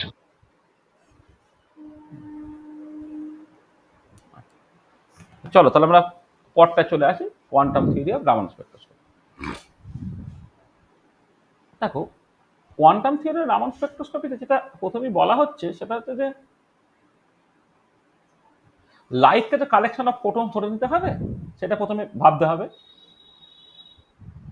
মানে প্রথমে তো লাইটটাকে ইলেকট্রোম্যাগনেটিক ওয়েভ হিসেবে না ভেবে ফটো ইলেকট্রিক বা কোয়ান্টাম এফেক্টে তুমি যেটা দেখো যে light actually collection of photons. Light is a collection of photons. Light is a collection of photons, each having an energy equal to h nu and momentum p equal to h by lambda। এটা আমাদের জানা আছে, ঠিক আছে। আচ্ছা, এবারে when light is incident on a molecule, there is a two body collision। যখন photon ধরো মলিকুলকে ধাক্কা দিল, তখন ফোটনের সাথে বেসিক্যালি মলিকুলের ধাক্কা হচ্ছে। when light is incident on a molecule, there is a two body collision between photon and the molecule। ধাক্কাটা হচ্ছে। আচ্ছা, এবারে যখনই কলিশন হবে, কলিশন দু রকমের হতে পারে, ইলাস্টিক কলিশন, ইনইলাস্টিক কলিশন। কিন্তু এমন হতো যে if this collision is elastic, then there will be no exchange of energy between photon and molecule। এটা we get scattered light with the frequency to that of the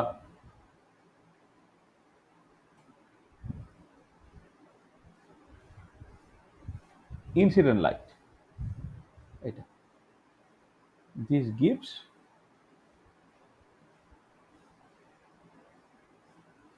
Rayleigh scattering।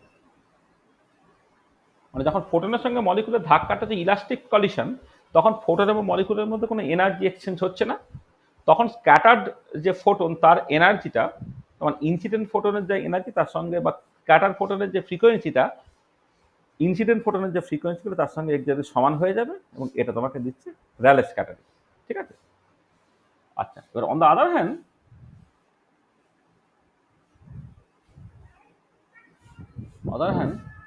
if the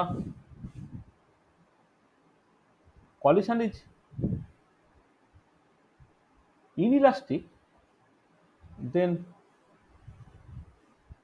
there will be an exchange of energy।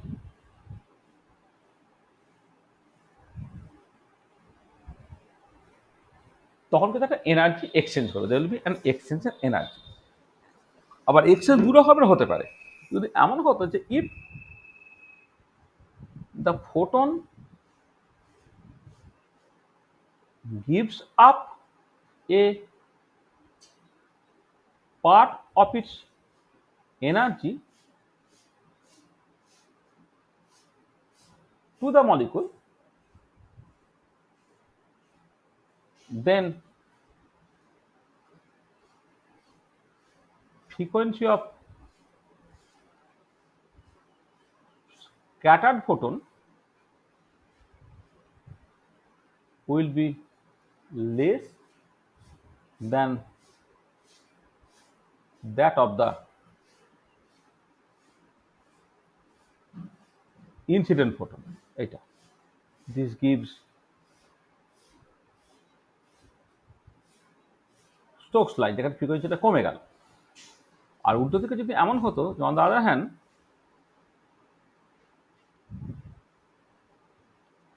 if the photon gains some energy from the molecule, then frequency of scattered photon will be higher than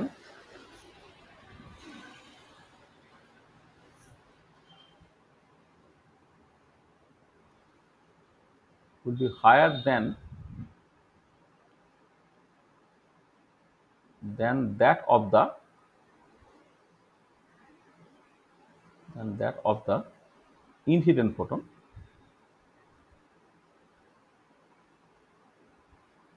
এটা this gives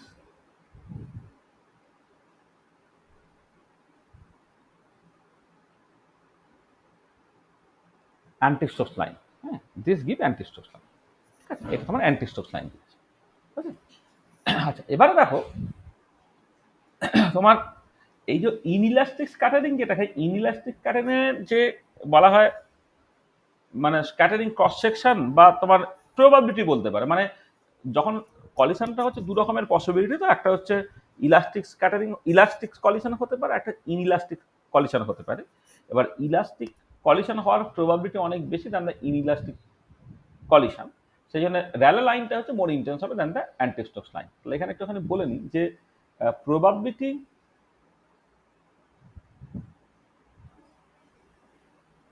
of inelastic collision is less than that of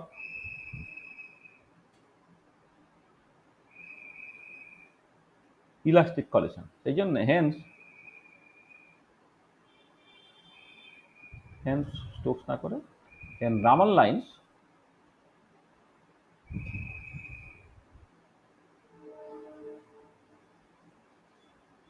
are less intense than Rayleigh line.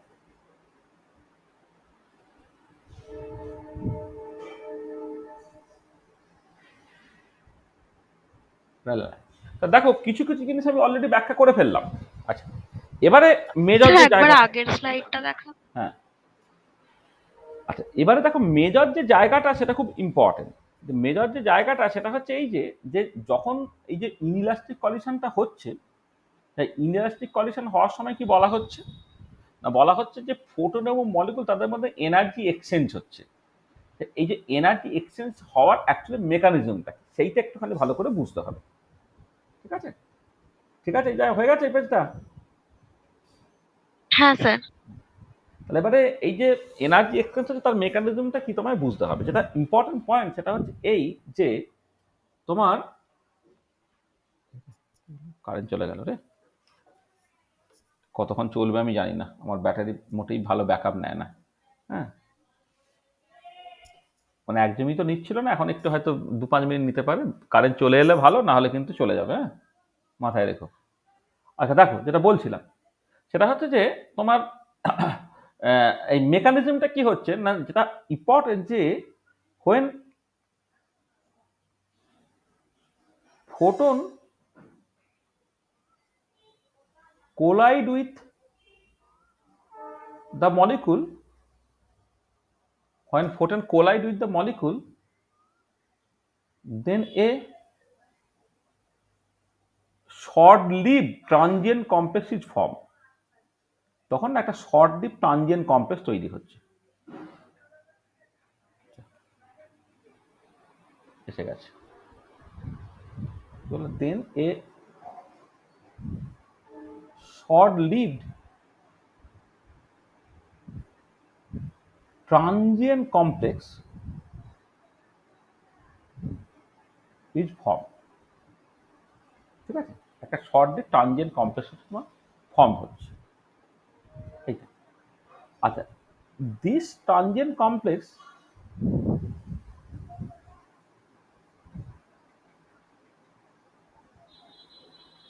does not have this complex have energy. Sorry, transient complex has energy which does not match with energy of any of the electronic states. ঠিক আছে, কোনো electronic স্টেটের সাথে সেই energy কিন্তু তোমার match করছে না। মানে ব্যাপারটা কিরকম দেখো, ধরো তুমি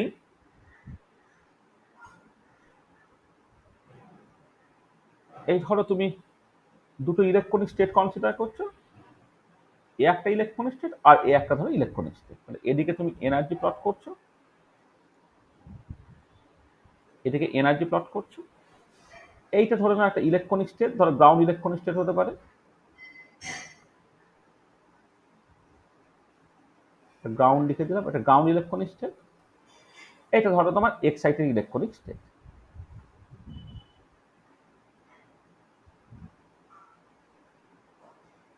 আচ্ছা, এবারে তোমার একটা ইলেকট্রনিক স্টেটের মধ্যে অনেক ভাইব্রেশনাল লেভেল থাকে তো,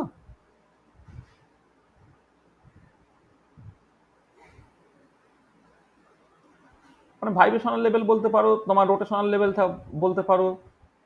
আমি ভাইব্রেশনাল লেভেলের কথা এখানে বলছি। ধর একটা ইলেকট্রনিক স্টেটের মধ্যে অনেক ভাইব্রেশনাল লেভেল তোমার আছে, আবার এই ইলেকট্রনিক স্টেটের মধ্যে তোমার অনেক ভাইব্রেশনাল লেভেল আছে।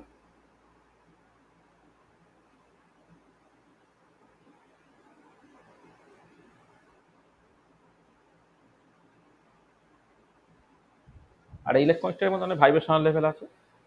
আচ্ছা, এবারে যখন মলিকুলটা মানে মলিকুলটা অর্ডিনারি টেম্পারেচারে গ্রাউন্ড ইলেকট্রনিক স্টেটের normally V equal to zero লেভেলে, গ্রাউন্ড ভাইব্রেশনাল লেভেলে থাকে। V equal to 0, 1, 2, 3, 4। এখানে ধরে নাও ভি প্রাইমটা হচ্ছে তোমার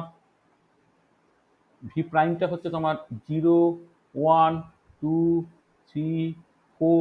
মানে কোনো একটা ইলেকট্রনিক স্টেটের আন্ডারে অনেক ভাইব্রেশনাল লেভেল থাকে। যেমন ভাইব্রেশনাল লেভেলের আন্ডারে ভাইব্রেশনাল লেভেলের মধ্যে অনেক রোটেশনাল লেভেল থাকে, ঠিক একই রকম ভাবে আর ইলেকট্রনিক স্টেটের আন্ডারে অনেক ভাইব্রেশনাল লেভেল থাকে। এটা আচ্ছা, এবারে অর্ডিনারি টেম্পারেচারে কি হবে না, অর্ডিনারি টেম্পারেচারে যে কোনো একটা মলিকুল সে বেসিক্যালি তোমার গ্রাউন্ড ইলেকট্রনিক স্টেটে গ্রাউন্ড ভাইব্রেশনাল লেভেলে থাকে, মানে এরকম কোনো একটা জায়গাতে তোমার থাকে। এটা আচ্ছা, এবারে কথা হচ্ছে যে আমি এমন করে এনার্জিটা দিচ্ছি সেটা ইলেকট্রনিক স্টেট থেকে একটা ইলেকট্রনিক স্টেটে যেতে পারছে না।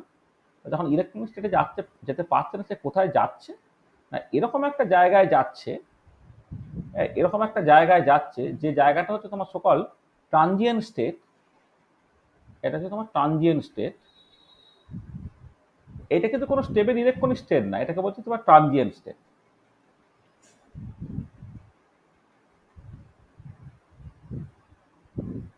এটা ট্রানজিয়েন্ট স্টেট। এটা আচ্ছা, এবারে তোমার যেটা হলো এই V equal to zero level থেকে ধরো ট্রানজিশন হয়ে ট্রানজিয়েন্ট স্টেটে গেল, করে এবার সিলেকশন যদি অ্যালাউ করে, ধরো উপর থেকে নেমে যখন এলো তখন তোমার আপার লেভেলে নেমে এলো, এটা একটা সিচুয়েশন। অথবা তুমি ধরো এই জায়গা থেকে স্টার্ট করলে, করে নামলে হচ্ছে তার আপার লেভেলে, এটা একটা। আর একটা হতে পারে, দেখো তুমি এইখান থেকে উঠে তার পরের লেভেলে নামলে, বা এইখান থেকে উঠে তুমি তার পরের লেভেলে নামলে। দুটোর মধ্যে তফাৎটা দেখো। তার প্রথম যে সিচুয়েশনটায় যে ফ্রিকোয়েন্সি লাইট সে বেসিক্যালি অ্যাবজর্ব করছে, এই যে এখান থেকে এটা অ্যাবজর্ব করছে, নামছে এইটা, এখান থেকে অ্যাবজর্ব করছে, নামছে এইটা, তাহলে এই পার্টিকুলার কেসে তোমার স্ক্যাটার লাইটের যে ফ্রিকোয়েন্সিটা সেইটা দেখো তোমার এটা লেস দ্যান ইনসিডেন্ট লাইটের ফ্রিকোয়েন্সি। আর এই পার্টিকুলার কেসে যে ফ্রিকোয়েন্সি লাইট অ্যাবজর্ব করছে যখন ছাড়ছে, দেখো তার থেকে বেশি ফ্রিকোয়েন্সি লাইট বেসিক্যালি সে ছাড়ছে। এই ক্ষেত্রে নিউ যে স্ক্যাটার লাইটের ফ্রিকোয়েন্সিটা, মানে এখানে এক কাজ করি, সরি, এটা এস না দিয়ে আমি জাস্ট আর দিচ্ছি, তাহলে এক্ষেত্রে রামান, আচ্ছা এক কাজ করি, মানে কোনো সাফিক্স এখন দিচ্ছি না। এক্ষেত্রে স্ক্যাটার লাইটের ফ্রিকোয়েন্সিটা ইনসিড লাইটের ফ্রিকোয়েন্সি থেকে কম। এক্ষেত্রে দেখো স্ক্যাটার লাইটের ফ্রিকোয়েন্সিটা ইনসিড লাইটের ফ্রিকোয়েন্সি থেকে বেশি। তুমি প্রথম লাইনটা খেয়াল করে দেখো না, শুরু হলো নিচ থেকে, এলো হচ্ছে উপরে, আর এক্ষেত্রে শুরু হলো উপর থেকে, এলো হচ্ছে নিচে। তাহলে এই যে করসপন্ডিং পার্টটা, যেটা ফ্রিকোয়েন্সিটা কমে গেল, এইটা তোমাকে স্টোকস লাইন দিচ্ছে, আর এইটা হচ্ছে তোমার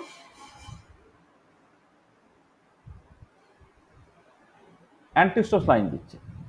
তাহলে এবারে প্রথম কথা হচ্ছে যে স্টোকস এবং অ্যান্টি স্টোকস লাইনের মধ্যে যে এনার্জি গ্যাপটা তুমি খেয়াল করে দেখো, সেটা হচ্ছে দুটো ভাইব্রেশনাল লেভেলের মধ্যে যে এনার্জি গ্যাপ তার সঙ্গে সমান। তুমি নিউ মাইনাস নিউ জিরো এই ডিফারেন্সটা যদি তুমি দেখো, সেটা দেখো জাস্ট সিম্পলি দুটো ভাইব্রেশনাল লেভেলের মধ্যে যে এনার্জি গ্যাপ তার সঙ্গে কিন্তু বেসিক্যালি জিনিসটা সমান হচ্ছে। তার মানে ওই যে পার্টটা যে তোমার এটা মানে তোমার যেটাকে বলা হয় রামান শিফটটা, সেটা ইনসিডেন্ট লাইটের ফ্রিকোয়েন্সির উপর নির্ভর করে না, সেটা internal motion of the molecule তার যে ফ্রিকোয়েন্সি তার উপর নির্ভর করে, সেটা তুমি বুঝতে পারছো এখান থেকে। আর কি জিনিসটা বুঝতে পারলে, দেখো তুমি জানো যে অর্ডিনারি টেম্পারেচারে lower vibrational level is more populated than the higher vibrational level. তা তুমি এই স্টোকসের প্রথম লাইনটা আর অ্যান্টি স্টোকসের প্রথম লাইনটা কম্পেয়ার করো। স্টোকস লাইনটার প্রথম ট্রানজিশনটা করছে v equal to zero level থেকে, নামছে কোথায় ভি ইকুয়াল টু 1-এ। আর অ্যান্টি স্টোকের ক্ষেত্রে ভি ইকুয়াল টু 1 থেকে স্টার্ট হলো, নামছে কত V equal to 0-তে।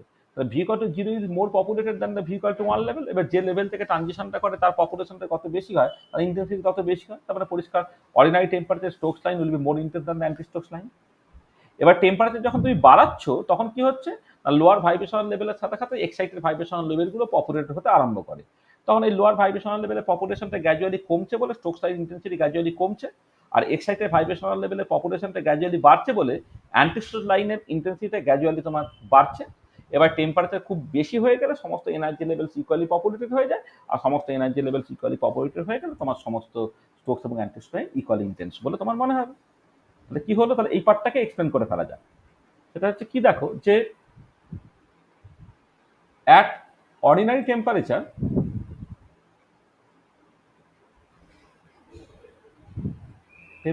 V equal to 0 level of ground electronic state is mostly populated. At ordinary temperature V equal to 0 level of ground electronic state is mostly populated. ঠিক আছে, এবারে Stokes lines are appeared due to transition from V equal to 0 level, but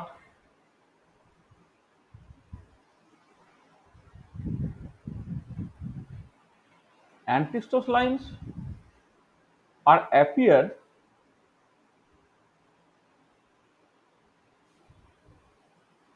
due to transition from V equal to ধরো 1 level, সেখানে যেটা দাঁড়াবে যে clearly at ordinary temperature Stokes lines will be more intense than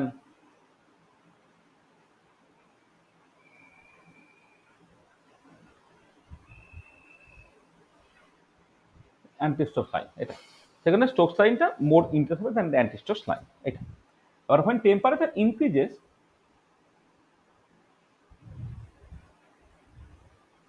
তখন টেম্পারেচারটা বাড়ছে, কি হচ্ছে, temperature increases, relative population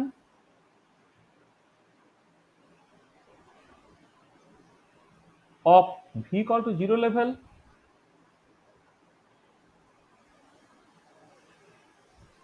gradually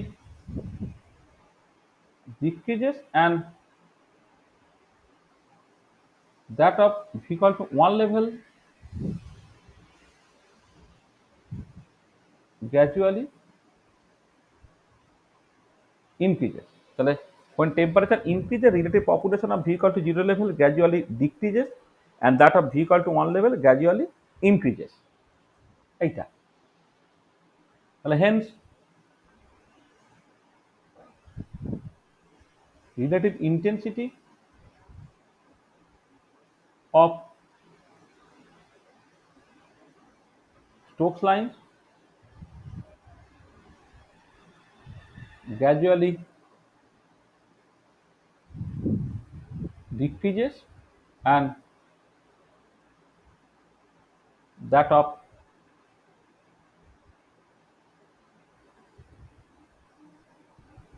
anti-Stokes line gradually increases। আচ্ছা, when temperature is very high,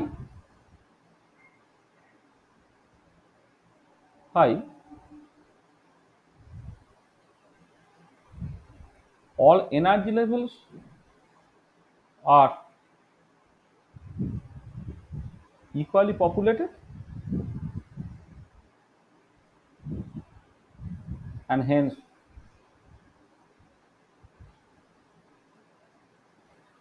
Stokes and anti-Stokes line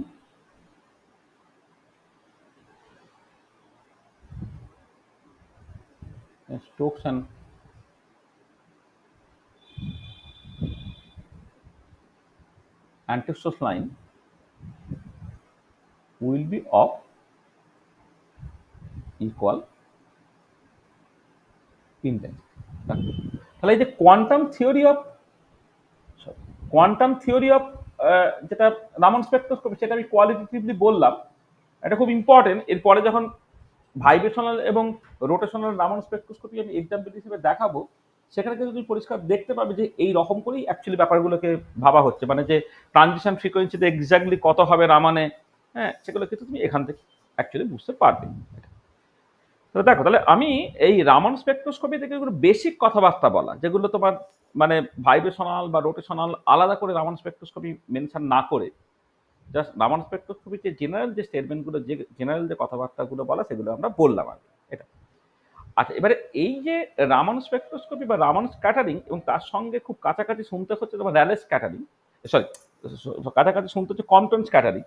Compton scattering এবং Ramon scattering, এমনিতে Rayleigh scattering এবং Ramon scattering difference তুমি জেনেইছো, তার সঙ্গে সঙ্গে কম্পটন স্ক্যাটারিং আছে, আবার রামন স্ক্যাটারিং আছে। তাহলে এর তফাৎগুলো কি একটুখানি বুঝে নেওয়ার চেষ্টা করতে হবে। তাহলে যা আমি আলোচনা করেছি তার বেসিসেই দেখো, তোমাকে যদি মানে ডিফারেন্সেস মানে যা দেখেছো, সেই মানে যতটুকু আমি শিখেছি সেই রেসপেক্টে আমি বলছি, ডিফারেন্সেস বিটুইন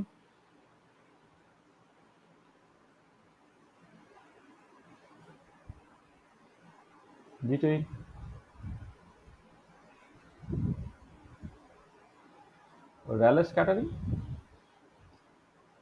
অ্যান্ড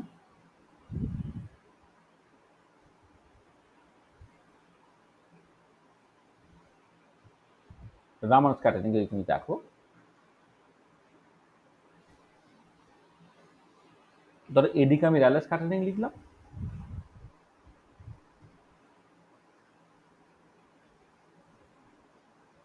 আর এদিকে ধরো আমি রামন স্ক্যাটারিং লিখলাম।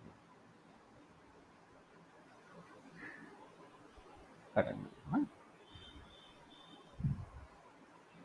আচ্ছা কি কি হবে? আচ্ছা, র্যালে স্ক্যাটারিং হচ্ছে বেশি ইন্টেন্স, তাই তো?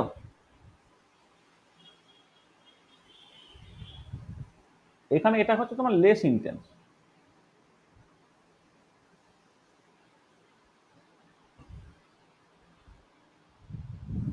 এটা আচ্ছা, 2 নম্বর দেখো, র্যালে স্ক্যাটারিং এর ক্ষেত্রে যে ফ্রিকোয়েন্সিটা ইনসিডেন্ট লাইটের ফ্রিকোয়েন্সির সঙ্গে সমান,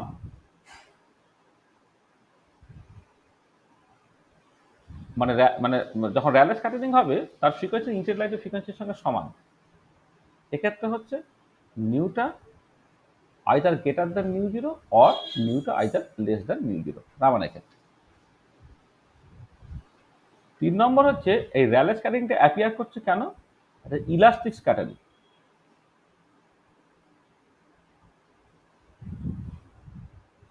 আর এইটা কিন্তু তোমার ইনইলাস্টিক স্ক্যাটারিং। আচ্ছা, Rayleigh scattering can be explain by classical theory of light.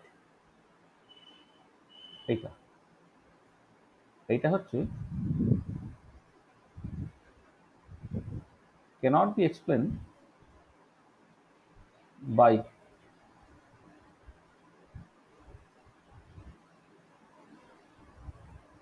classical theory of light।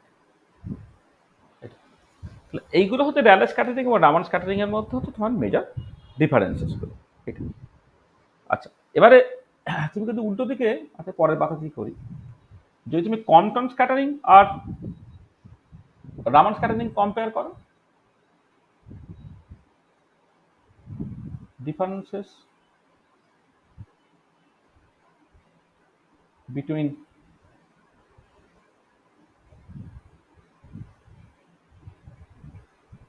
Compton scattering and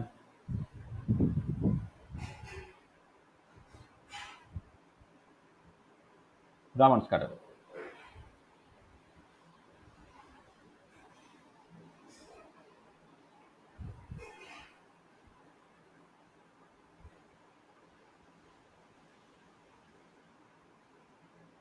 compass cutting sorry Raman scattering.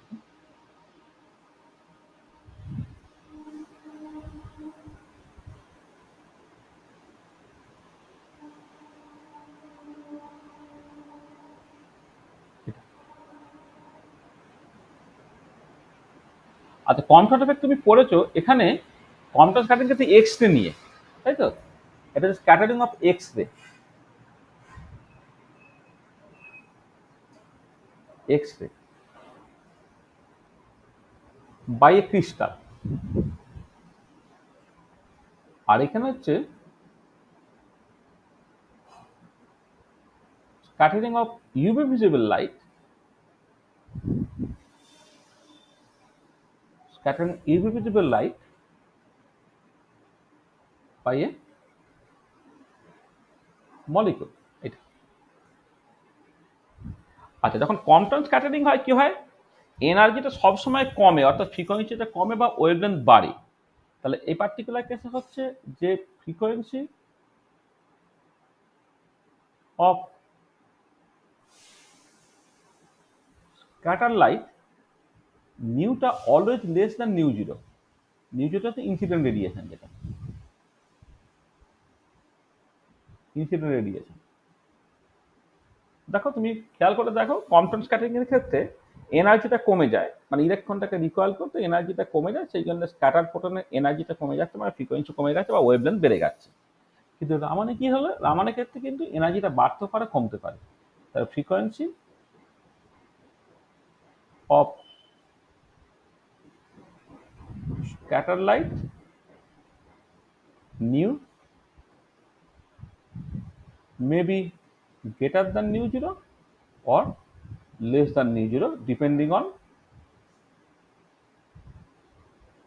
whether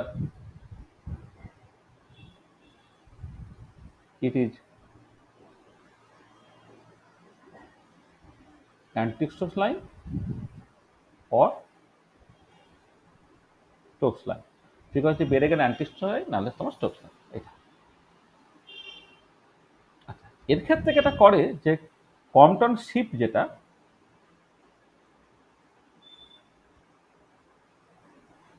depends only on the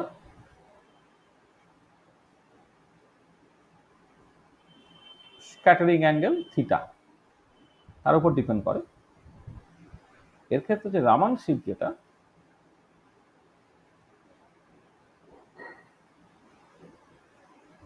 depends on the frequency of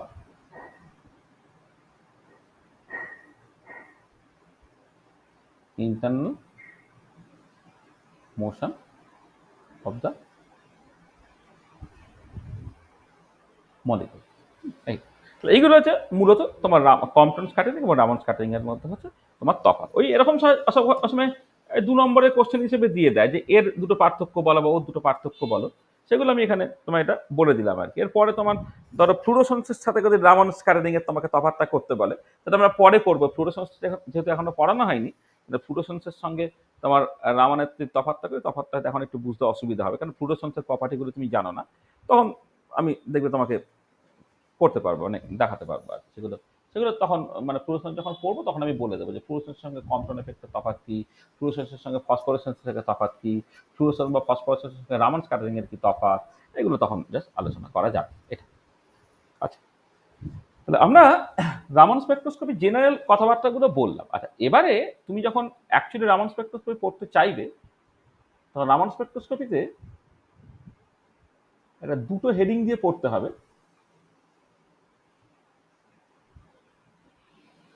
একটা হচ্ছে rotational Raman spectroscopy,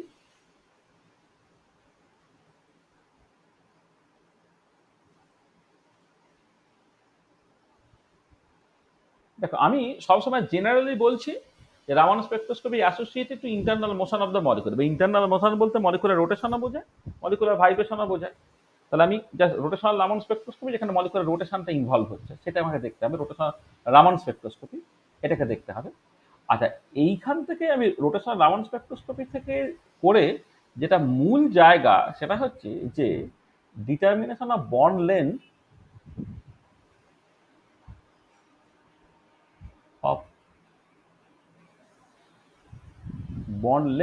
of a homonuclear diatomic molecule.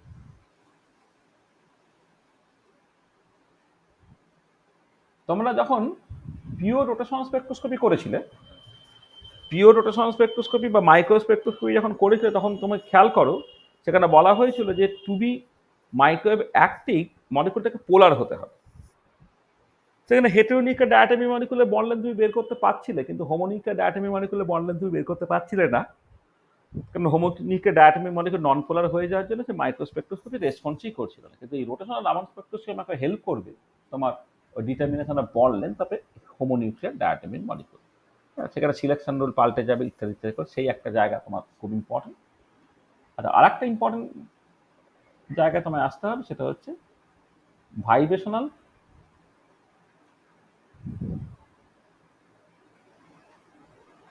Raman spectroscopy. আচ্ছা, vibrational Raman spectroscopy থেকে আমি ultimately যে জিনিসটা করব সেটা হচ্ছে যে এই মিউচুয়াল এক্সক্লুশন প্রিন্সিপাল যেটা, সেটাকে ভীষণ ইম্পর্টেন্ট। মিউচুয়াল এক্সক্লুশন প্রিন্সিপালটা এখান থেকে দেখতে হবে, এবং মিউচুয়াল এক্সক্লুশন প্রিন্সিপালকে কাজে লাগিয়ে যেটা আমি করতে পারবো সেটা হচ্ছে যে তোমার ডিটারমিনেশন অফ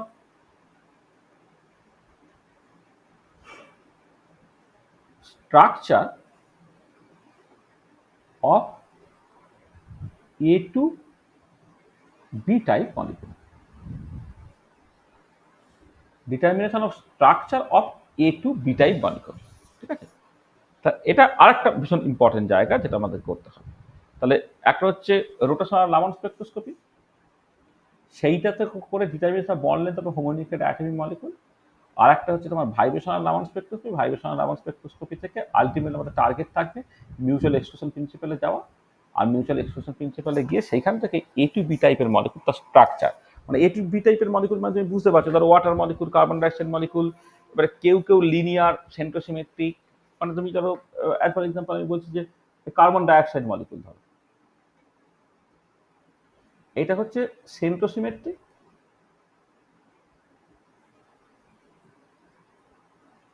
আর অবশ্যই তো লিনিয়ার, মানে সেন্ট্রোসিমেট্রিক আর লিনিয়ারটা এখানে বলার দরকার নেই। A to B টাইপের মলিকুল সেন্ট্রোসিমেট্রিক হলে তাকে লিনিয়ার হতেই হবে এটা। আবার ধরো আমি এইরকম ভাবে লিখছি, ধরো হ্যাঁ এই জাস্ট এটা মানে আসলে তোমার থেকে তোমার ওই মানে মানে নাইট্রাস অক্সাইড আর কি, তুমি ফর্মাল চার্জগুলো যদি লেখো তাহলে সেই ফর্মাল চার্জ সেই মতো করে লিখতে হবে আর কি, সেগুলো এখন না লিখছি না, ছেড়ে দাও। মানে ফর্মাল চার্জ যদি করো তাহলে তোমার এখানে প্লাস থাকবে, হ্যাঁ কোথাও একটা মাইনাস থাকবে, লোন পেয়ার টোন পেয়ারগুলো তোমার একটা দুটো একেবারে ছটা মানে লোন পেয়ার থাকবে, অক্টেটটা ফিল আপ হয়ে গেল, হ্যাঁ এইখানে তোমার হবে এই সব ব্যাপার ট্যাপার আছে, সেগুলো সব পরের কথা। মানে যাক আমি ওই সব ঝামেলার মধ্যে যাচ্ছি না। ফর্মাল চার্জ তো তোমরা জানো, তুমি চাইলে ফর্মাল চার্জ ক্যালকুলেট, তাহলে এই একটা মলিকুল ধরো নাইট্রাস অক্সাইড, হ্যাঁ নাইট্রাস অক্সাইডে কিন্তু অনেক সময় এন ট্রিপল বন্ড, এটা সিঙ্গেল বন্ড দেওয়া থাকে, এন ডাবল বন্ড থাকে, তার মতো করে ফর্মাল চার্জ করে পাল্টাবে। এই মলিকুলটা নট সেন্ট্রোসিমেট্রিক,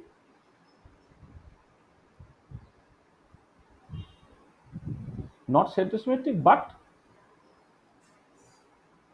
লিনিয়ার। আবার ধরো তুমি একটা হয়তো ওয়াটার মলিকুল কনসিডার করছো,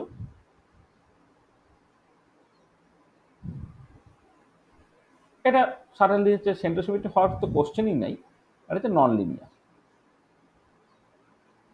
এই তিনটে মূল structure A to B type যে মলিকুল তুমি কনসিডার করো, মানে এইটা তুমি এরকম যেমন এক্সাম্পল পাবে SO2 ক্ষেত্রে তুমি পাবে এইটা, তারপরে H2S তুমি পাবে,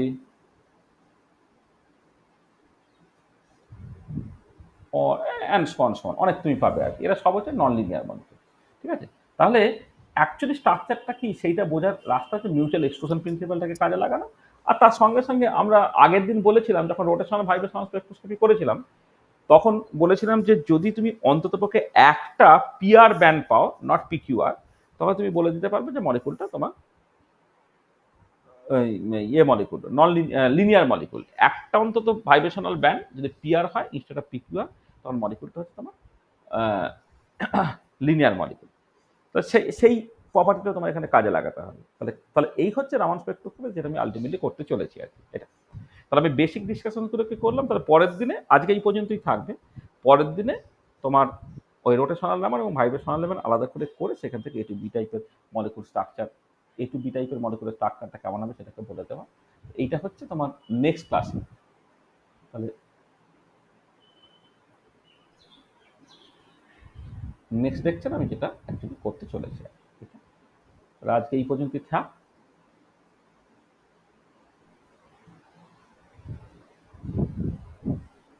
এন্ড অফ লেকচার নাই। দেখো কারো যদি কিছু অসুবিধা থাকে তো বলো।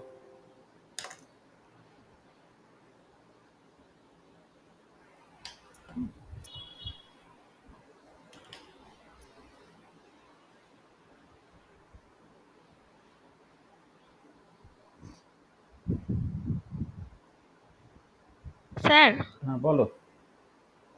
স্যার বলছি ওই ইলাস্টিক কলিশনের প্রবাবিলিটিটা ইনইলাস্টিকের থেকে বেশি কেন বললেন? না, এটা আসলে এটা ইউজুয়ালি হয়, মানে এখানে তোমাকে তাহলে ওই স্ক্যাটারিং ক্রস সেকশন বলে একটা জিনিস না অঙ্ক করতে বের করতে হয়। স্ক্যাটারিং ক্রস সেকশনটা ইলাস্টিক স্ক্যাটারিং হলে যে বেশি হবে তার ইনইলাস্টিক স্ক্যাটারিং। এখানে তুমি জাস্ট মানে প্রবাবিলিটির কথাই ভাবো আর কি, মানে প্রবাবিলিটির কথা ভাবা হচ্ছে, মানে মানে এখানে কি বলো, এখানে আমি মানে স্টেটমেন্ট হিসেবেই বলেছি। এখানে কিন্তু সত্যি সত্যি আমি এর পক্ষে বিপক্ষে কোনো যুক্তি বলিনি। যেটা কথা হচ্ছে যে তুমি এইভাবে ব্যাপারটাকে ভাবো যে মলিকুল আর ফোটন তারা যখন ধাক্কাধাক্কি করছে, মলিকুল এবং ফোটন মিলে তারা একটা ট্রানজিয়েন্ট কমপ্লেক্স তৈরি করছে। এবার এই ট্রানজিয়েন্ট কমপ্লেক্সটার স্টেবিলিটিটা কেমন তার উপরে সবটা নির্ভর করছে। ট্রানজিয়েন্ট কমপ্লেক্সটা তো শর্ট ডিপড, ওটা যদি প্রচন্ড শর্ট ডিপড হয় তাহলে যেটা হচ্ছে যে ওই যে মলিকুল ফোটনকে বা ফোটন মলিকুলকে যে এনার্জি দেবে সেই এনার্জি দেওয়ার টাইমটা সে পাচ্ছে না। মলিকুল ফোটন ধাক্কা খেলো, ট্রানজিয়েন্ট লেভেলে গেল, আবার তারা ছিটকে গেল। তাহলে যত ট্রানজিয়েন্টটা শর্ট লিভড হবে তত মলিকুল এবং ফোটনের মধ্যে এনার্জি এক্সচেঞ্জের সুযোগ তত কম থাকবে।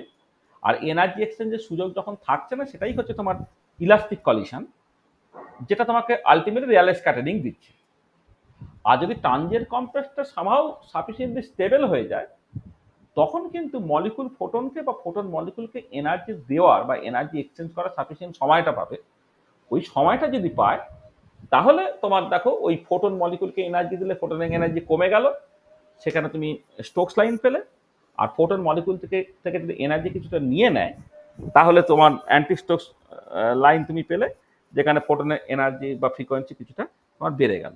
তাহলে ব্যাপারটা হচ্ছে যে ইউজুয়ালি দেখতে পাওয়া যায় যেটা, সেটা হচ্ছে কি ট্রানজিয়েন্ট কমপ্লেক্সটা হয় তার লাইফ টাইমটা হচ্ছে ভীষণ ভীষণ কম, ভীষণ শর্ট ডিপ। ওই শর্ট ডিপের মধ্যে তুমি দেখবে নর্মালি কি হয়, দুটো শক্ত বডির মধ্যে যখন ধাক্কা হয় কন্ট্যাক্ট টাইমটা ভীষণ কম হয়, তখন ইলাস্টিক কলিশন হয়। আর দুটো নরম যে অবজেক্ট তাদের মধ্যে যদি কলিশন হয় তাহলে তুমি দেখবে কন্ট্যাক্ট টাইমটা বেশি হয় এবং তখন কলিশনটা ইনইলাস্টিক হয়। সেই লজিক আমি এখানে বলছি আর কি, যে মলিকুল ফোটন ধাক্কাধাক্কি খেয়ে যে ট্রানজিয়েন্ট কমপ্লেক্সটা তৈরি হলো তার লাইফ টাইমটা খুব শর্ট হলে ইলাস্টিক কলিশন, লং হলে ইনইলাস্টিক কলিশন। ইউজুয়ালি যেটা দেখতে পাওয়া যাচ্ছে যে লাইফ টাইমটা মানে ট্রানজিয়েন্ট কমপ্লেক্সের লাইফ টাইমটা হচ্ছে খুবই শর্ট, সেখানে কলিশনটা হচ্ছে মোস্টলি ইলাস্টিক, এবং সেই জন্য র্যালে স্ক্যাটারিংটা is more interest than the Raman স্ক্যাটারিং। ঠিক আছে, বুঝতে পারলে? হ্যাঁ স্যার ঠিক আছে। বলো আর কারো কিছু অসুবিধা থাকলে বলো।